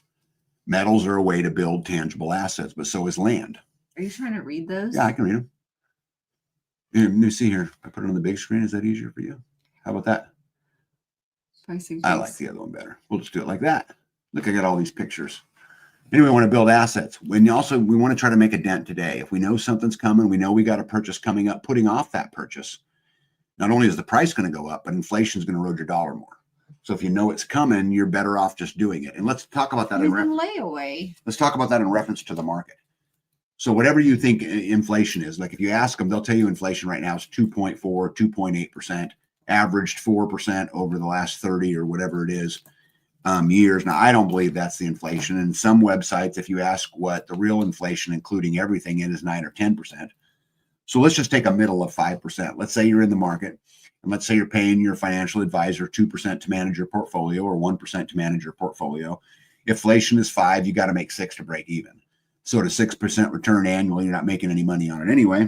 And I would argue it's much higher than that. But my point is, if you can make a dent, and then also focus on infrastructure.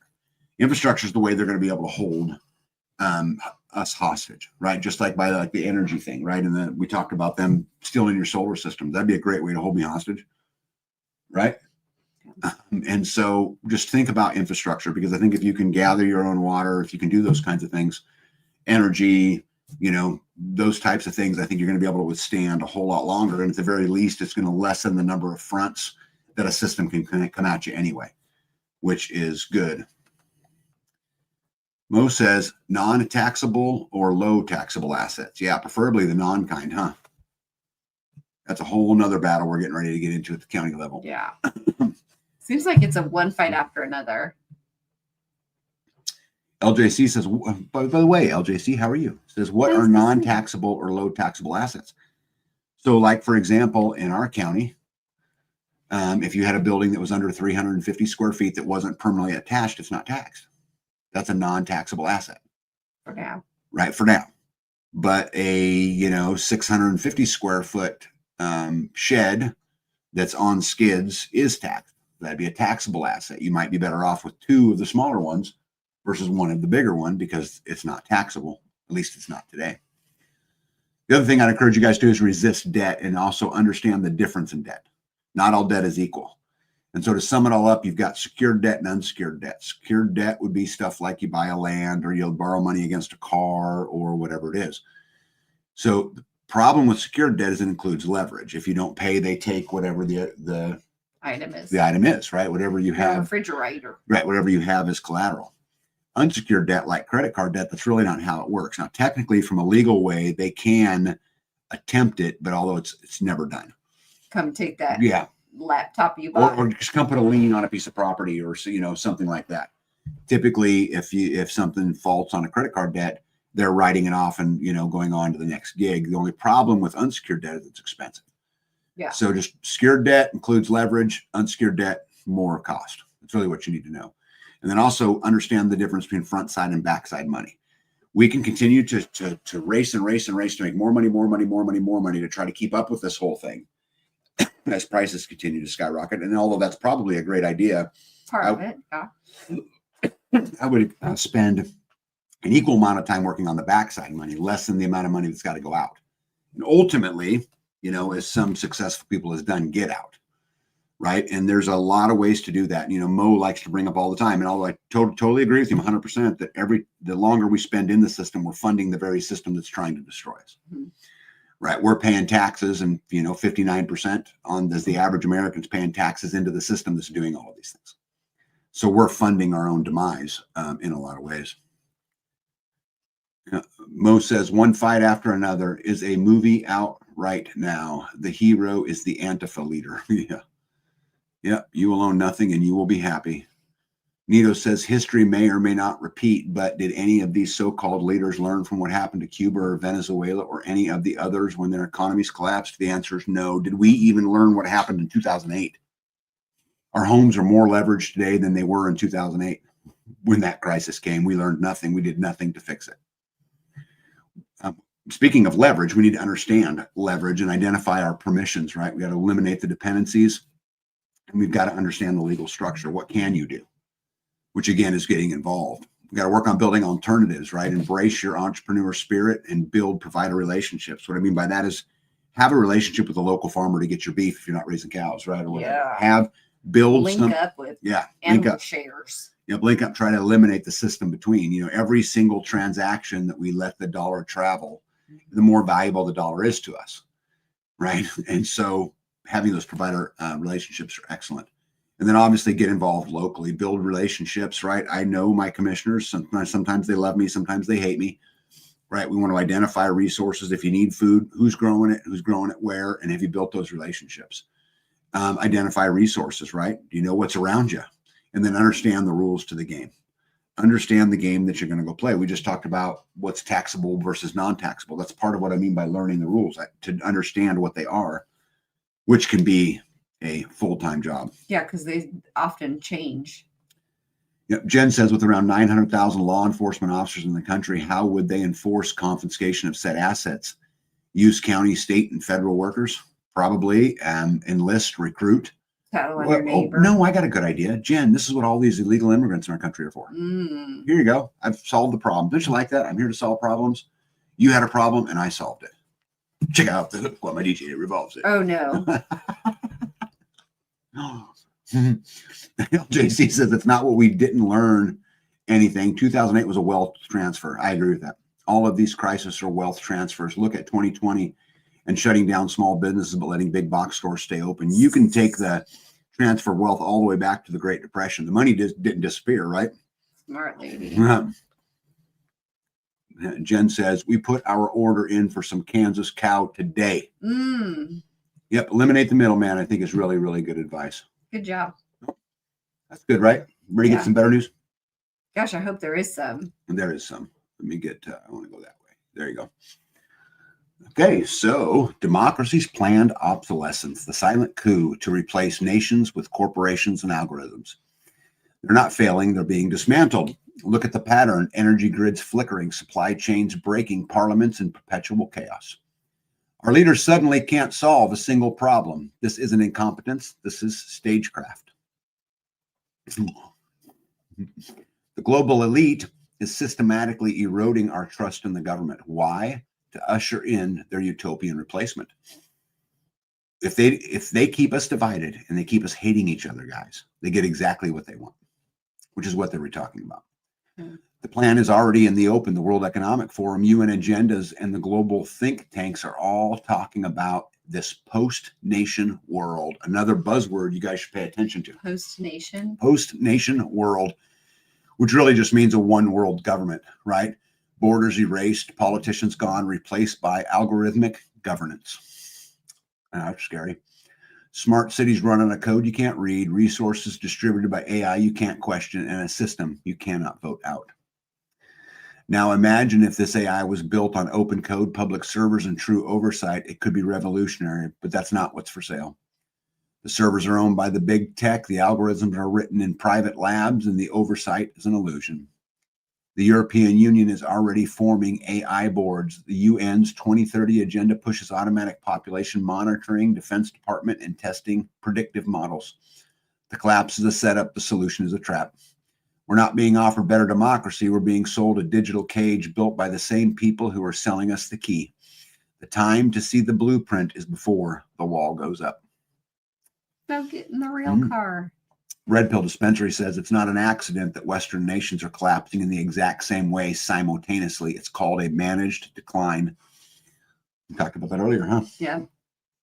The system isn't broke, says Navigating the Lies. It's working as it was designed. The coming collapse will be real. The collapse was always the goal: controlled demolition of the old order to give rise to the true new world order. Let's see here. KHW says, remember, money just doesn't disappear. LJC, this was to your point. Even during the Great Depression, the money went to the establishment and the globalists. They planned the collapse. They gained more control over this nation while people across the nation suffered and lost everything. It's part of the planned collapse, says Mark, in our economy dollar, so they can bring in the digital currency ID beast system and the new world order. This isn't mismanagement of our economy. It's a deliberate collapse. Again, we hear it again. And I think this is right on. The more and more I read about it, this stuff all just ties together, even right here into little old, barren Kansas where no one wants to live. Yeah, Mo says before the wall goes up, it's nearly complete. This I also agree with. But Robert F. Kennedy, when he was campaigning, you can't forget, he said America is lucky it's not already in a civil war. Yet we are in a kind of cold civil war, he said. What is this experiment we call America? Let's look back and remember who we are and and how our greatest leaders like Abraham Lincoln comported themselves in the face of civil war. Concerned Citizen says when people stop, or was quoting Charlie Kirk, him saying, when people stop talking, that's when violence, that's when civil war happens. Would you guys say that we're all talking good and getting along well? No.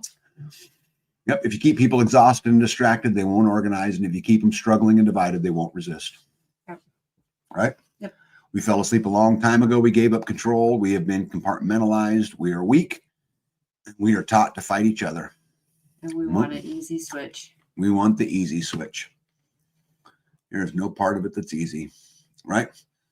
I don't know if you guys follow this or not, but I read into Executive Order 14339 because, when things are going around, when things are going on and you're starting to question things, follow what the government's doing, follow where the money goes, right? Yep. Follow the money. Right? Did you know on August 25th of 2025, the executive order was passed, additional measures to address crime emergency in the District of Columbia. So what does that sound like to you? That if there's this executive order for the District of Columbia, right? But when you actually read it, the executive order, it becomes much worse.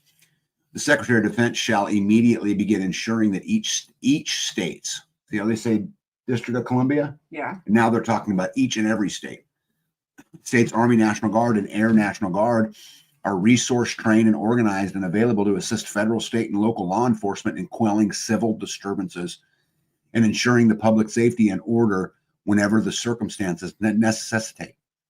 As appropriate under the law, in coordination with the respective adjutant generals, the Secretary of Defense shall designate an appropriate number of each state's trained National Guard members to be reasonably available for rapid mobilization for such purposes. In addition, the Secretary of Defense shall ensure the availability of a standing, this is important, a standing National Guard quick reaction force that shall be resourced, trained, and available for rapid national deployment. I don't know if you guys know this or not, but it is actually, they have now been instructed to be this response team, which is a federalized police force, by the way, to be fully deployed and ready by April 2026 is the latest narrative. If you actually look at the memorandum that I put on the right, this is the memorandum that went to the National Guard after they passed this executive order. Talks about they need to be taught crowd management techniques, domestic civil disturbance training, et cetera, et cetera. And even though they passed it under the crime emergency for the District of Columbia, it applies to everybody. Huh. Pretty cool, huh? You guys excited? Keep talking about following the law. Lawful laws are just words on paper interpreted and reinterpreted as willed. Murder of them was legal in and prior to World War II. Moses Glenbeck talked about when the support of No King gets 3.5% of the population, revolution becomes possible. They are a little over 2% now. Elon Musk says civil war is inevitable. So the question is, are they trying to divide us? You think they're dividing us, babe? Yeah, I think that they're trying to Okay. constantly. So State Rep Jolanda Jones from Texas went on CNN and called for the slashing of the necks of the Republicans. She says, I'm from the hood, okay? Donald Trump has changed things. If you hit me in my face, I'm not going to punch. I'm going to go across your neck. And then she makes the throat slashing motion. New Orleans Democrat Mayor LaToya Cantrell spent $30,000 in taxpayer funds on first-class flights. And she said she did this because, and I quote, she said she did this because it's unsafe for Black women to fly economy. It's unsafe. Mm-hmm. Again, it's now we're talking about divide on a racial basis, right? Mm-hmm. And there's going to be lots of divides. Black Americans, and this is people on that side coming back and going, wait a second, Black Americans pay less in taxes and take more in welfare. Again, divide. If we don't get food stamps, I'm going to Walmart. I'm going to break every damn thing. You guys have, I'm sure, heard on the news of the government shutdown, and they're going to stop all of the food stamp on November 1, by the way. So 6 days. They're going to stop days. everybody's food stamps. They're going to stop funding it. A lot of people are losing their benefits. I don't know if it's all, but I would assume it's all. Women threatens those who try to stop her from stealing. I'm a human bulldozer. I weigh 250 pounds, so good luck. Sounds like you're not that desperate for food, the commenter says. I will no longer be associating with any white males of any kind. The symbolism of the white male has become the epitome of hate. This is the first step in rounding up the blacks in America and putting them in camps. Hey, Chris Watkins, welcome in. Let's see here. This man got an email saying that his EBT telling him that he has to work at least 20 hours a week if he wants to keep receiving the $740 a month in EBT for the two kids. He says, hold on, I'm not working for anybody. This is what taxpayers work for. They work for me. See how well that works for you. This woman wants to know how she's supposed to celebrate the upcoming holidays without food stamps. Again, the divide. Yeah, and Wokeness quoted a post saying, white people, we're tired of you. We're tired of your incompetence, your laziness, your odors, and your violence. Apparently we stink. The deep state is going to try to destroy Trump with civil unrest and violence in the streets as they create divide. 42 million Americans are at risk of losing their SNAP benefits. Living off food stamps is a family tradition, they say. Today, the second highest ranking House Democrat openly admitted that her party has closed the government and is knowingly making American families suffer so Democrats can have leverage to force the $1.5 trillion in wasteful new spending. Again, divided. They put out advertisements says, please don't feed the bears. It creates dependence. Socialism is the resentment disguised as compassion enforced by tyranny, disguised by tolerance. All of this talk of socialism and our dependency, which is socialism, made me think of a couple quotes I wanted to share with you guys. This man said, a socialist is one who serves the common good without giving up his individual or personality or the product of his personal efficiency. Our adopted term socialist has nothing to do with Marxism socialist. Marxism is anti-property. True socialism is not. Marxism placed no value on the individual or the individual effort or the efficiency. True socialism values the individual and encourages him in individual efficiency, at the same time holding that his interests as an individual must be in consonance with those of the community. All great inventions, discoveries, and achievements were first the product of an individual brain. It is charged against me that I am against property and that I am an atheist, and both of these charges are false. He was later quoted as saying a team player, and I think that's interesting how they changed the word from socialist to a team player is one who serves the common good without giving up his individuality or personality or the product of his personal efficiency. A true team values the individual and encourages him in individual efficiency, at the same time holding that his interest as an individual must be in consonance with those of the team. All great team achievements were first the product of an individual brain. Yeah, that person who made that quote was Adolf Hitler. The problem we have today is, and they talk about the law of common sense, too many people enjoy a free ride and not enough people help pull the wagon isn't going anywhere. Thomas Sowell said much of the appeal of socialists comes from the fact that it allows people to feel morally superior without having to bear the cost of their policies. It's easy to advocate for sharing when someone else pays the price. More divide, right? Yep, the rat race. Go to college, find a job, pay off debts, climb the ladder, 2-week vacation, work 45 years to the end. And those are the two sides. Yeah. Right? And I think they purposely divide that. Bernie Sanders on the Senate floor said that Soros and communist-funded No Kings protests made great strides in defeating MAGA once and for all. I want to thank the 7 million people who came out and said, no more kings. We're going to keep that movement going. Millions of liberals are planning to attend the next No Kings rally, which can anybody guess when it's on? Black Friday. So Black Friday, everybody's out and about. Everybody's doing shopping, and now there's going to be these new No King rallies. I wonder if you think they did that on purpose to disrupt capitalism, right? To disrupt shopping. They want someone to be killed in one of these protests, says Alex Jones, so that they can use that. They need a spark, warns deep state expert Mike Bentz. In the middle of Dearborn, Michigan, entire crowds chant death to America, right? Yikes. In Michigan, Hennepin County law enforcement leaders are outraged. They announced that they've been making legal traffic stops and seizing hundreds of illegal drugs and guns.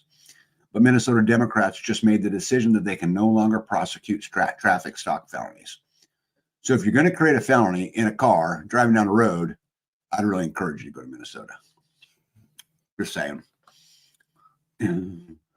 Yeah. Jen says JOB and transmission. Mario says, I hope you can all forgive me for my whiteness and laziness. I can, especially because you're repenting. Hegelian dialect. Yep. EBT is going to be a big thing. People are going to go crazy. Yep. This I agree with. The stakes of the government shutdown are simple. Now we're talking about political divide, right? Democrats are fighting to keep the government open and they keep your health care affordable. Republicans are content to let the government and your health care shut down. Excuse me. If Republicans let the ACA subsidies expire, Up to 24 million Americans will see their premiums more than double, rising by an average of 114%. Anybody using the Affordable Care Act? It's not affordable. Premiums for the Affordable Care Act are triple what they were before the Affordable Care Act, and now they're saying they're going to double. Does that make any sense? They created it. Problem, solution, right? Again, political divide. Instead of the voting to reopen the government, Democrats are holding the Senate floor hostage, says the other side. Senator Jeff Murphy, Democrat, has been speaking on the floor since 6:21 p.m. on Tuesday, approaching the 18th straight hour of blocking a vote to reopen the government. Jeez. Speaker Johnson, if the current trajectory continues, many Americans could miss watching their favorite team. Oh, now they're threatening their football. So football fans, hey, if you're stuck at the airport this weekend while your favorite team is out, is about to kick off, you can blame the Democrats. But they have a solution. Just in, U.S. Senate is about to vote on paying essential workers during the shutdown, and Democrats are considering rejecting it in favor of political gimmicks. It's hard to defend voting against this, they say. Wait a second, though. This is for essential workers. Now, you know, by them saying there's essential workers, that means they're also saying that there's non-essential workers. Yeah. Right? So again, right, it's a political divide. Yes. Right? Animal Farm. All of us are equal, but some of us are more equal than others. The biggest problem with America and the world faces today is whether or not we, the people, will repent and return to God. Now they're going to blame the church. And we are bickering about worshiping a different Jesus. There's only one God. Return to him or we perish. Arguing about how to worship him moves us further away from him.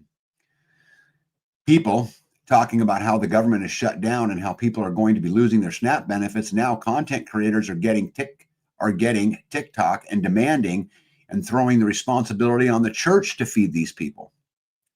Right? They are quoting scripture about how they're supposed to be fed. Christians are widely responsible for returning Trump to power. A foul-mouthed, abusive, lying, cheating, bullying sociopath who has hammered countless people throughout his entire life, who has abandoned and insulted our allies.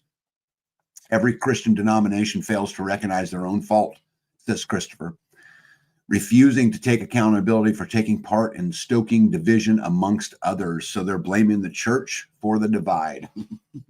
Again, this is being separated and divided on a religious front.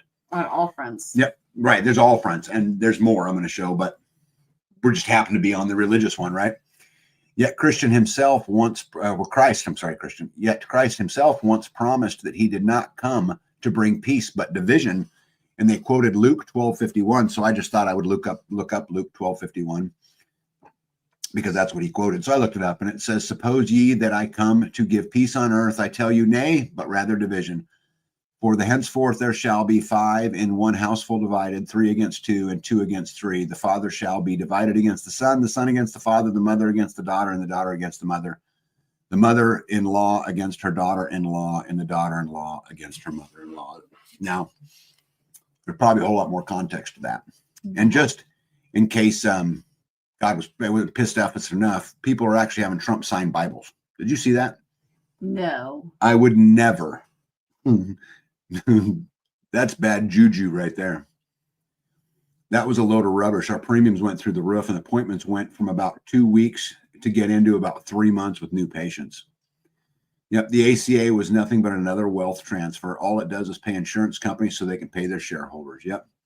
But you can keep your doctor. Yep. Yep. Chris and I agree with says the EBT is going to be a big thing. Mm-hmm. Gotta love it.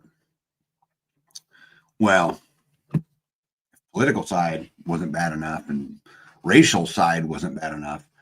Liberal woman hops on TikTok and asks others advice if she should divorce her husband because he's MAGA. Mary says the standard American marriage seems like living hell. I've observed this dynamic many times. Extremely neurotic and hand-wringing judgmental wife who spreads unease everywhere she goes. Silent, almost stoic, buck-broken husband who never stands up for himself or asserts himself as a leader. She resents him for how weak he is, and so does he. If the goal is a healthy society, stigmatizing marriage is one of the worst things you can do. Right. From George Mason University professor, marriage promotes white supremacy. Matriarchy is always bad for families. It's household tyranny brought on by a lazy father and a domineering mother, who, which, by the way, they created. As they demasculated a male and they said women's rights and, go, you can have your own career and, you're just as good as any man. They created this, right? It teaches daughters to rule rather than submit and sons to submit rather than rule. Yeah, DR says the ACA is literal fascism.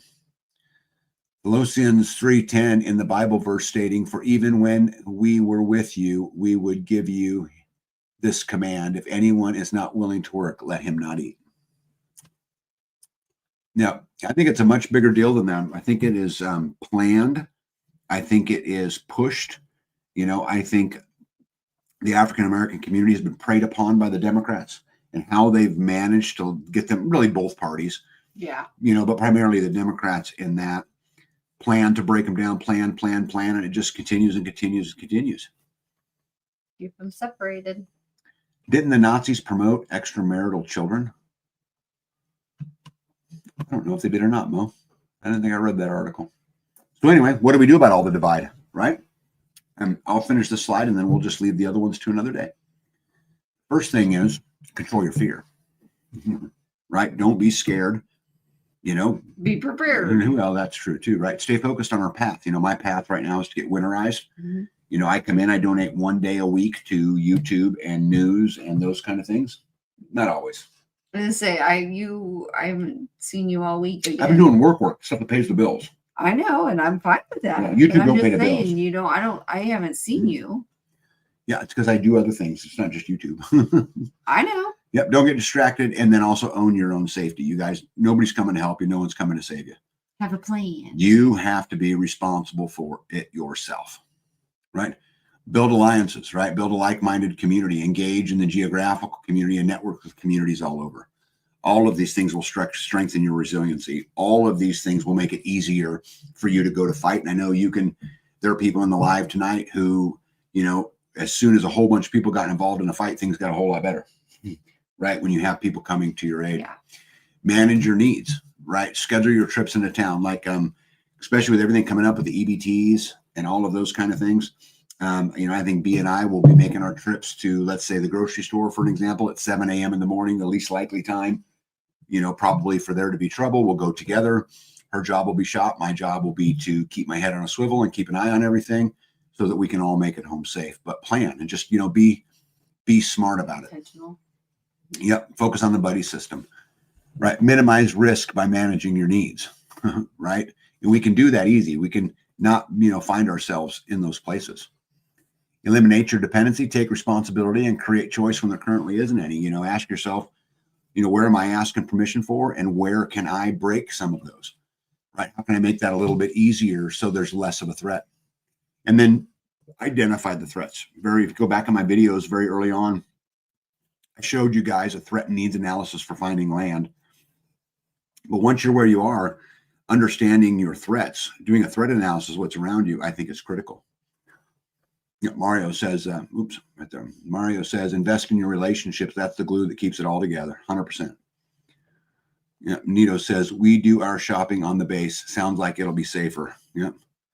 Dan says, always carry at least one weapon. Yeah, 100%. And if you guys can carry, you should be carrying everywhere you go. Absolutely everywhere you go. Let's see here. Where am I at? Oh, we did that one already. Yeah, the only other thing I would add is avoid population centers. And again, probably not a good time to be going to a concert is what I think I would add. You agree with that? Yeah. And just management. Anyway, I got a whole bunch of more slides for you guys, but guess what? I ain't going to do them because it's an hour and 58 minutes and 50 seconds. Yep. And I'm a stickler for that, right? Yes. What do you got you want to say before we get out of here tonight? I was going to say to practice forgiveness. Mm-hmm. The person you can't forgive still controls your peace. Mm-hmm. So practice forgiveness. Well, and I think this world and the state of the world is even more reason to practice forgiveness. It's those little things that get us sideways at each other when our mission's always the same. Yeah. Right? To get through there. And what I wrote down for you guys tonight is you don't suffer because life is hard. You suffer because we resist what it is.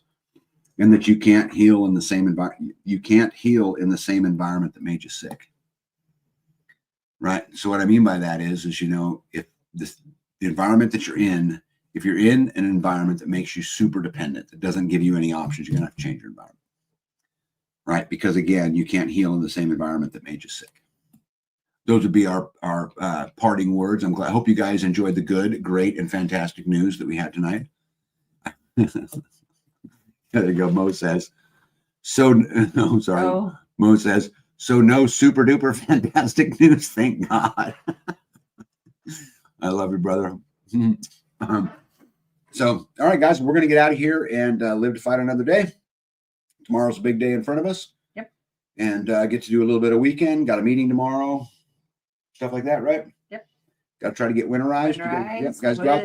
Yep. Hold the line. Don't give an inch. And you guys, go get involved. Go get up on your feet. If you don't, you're going to be serving on your knees. That's what you got. Tag out. Be out. Good night, everybody.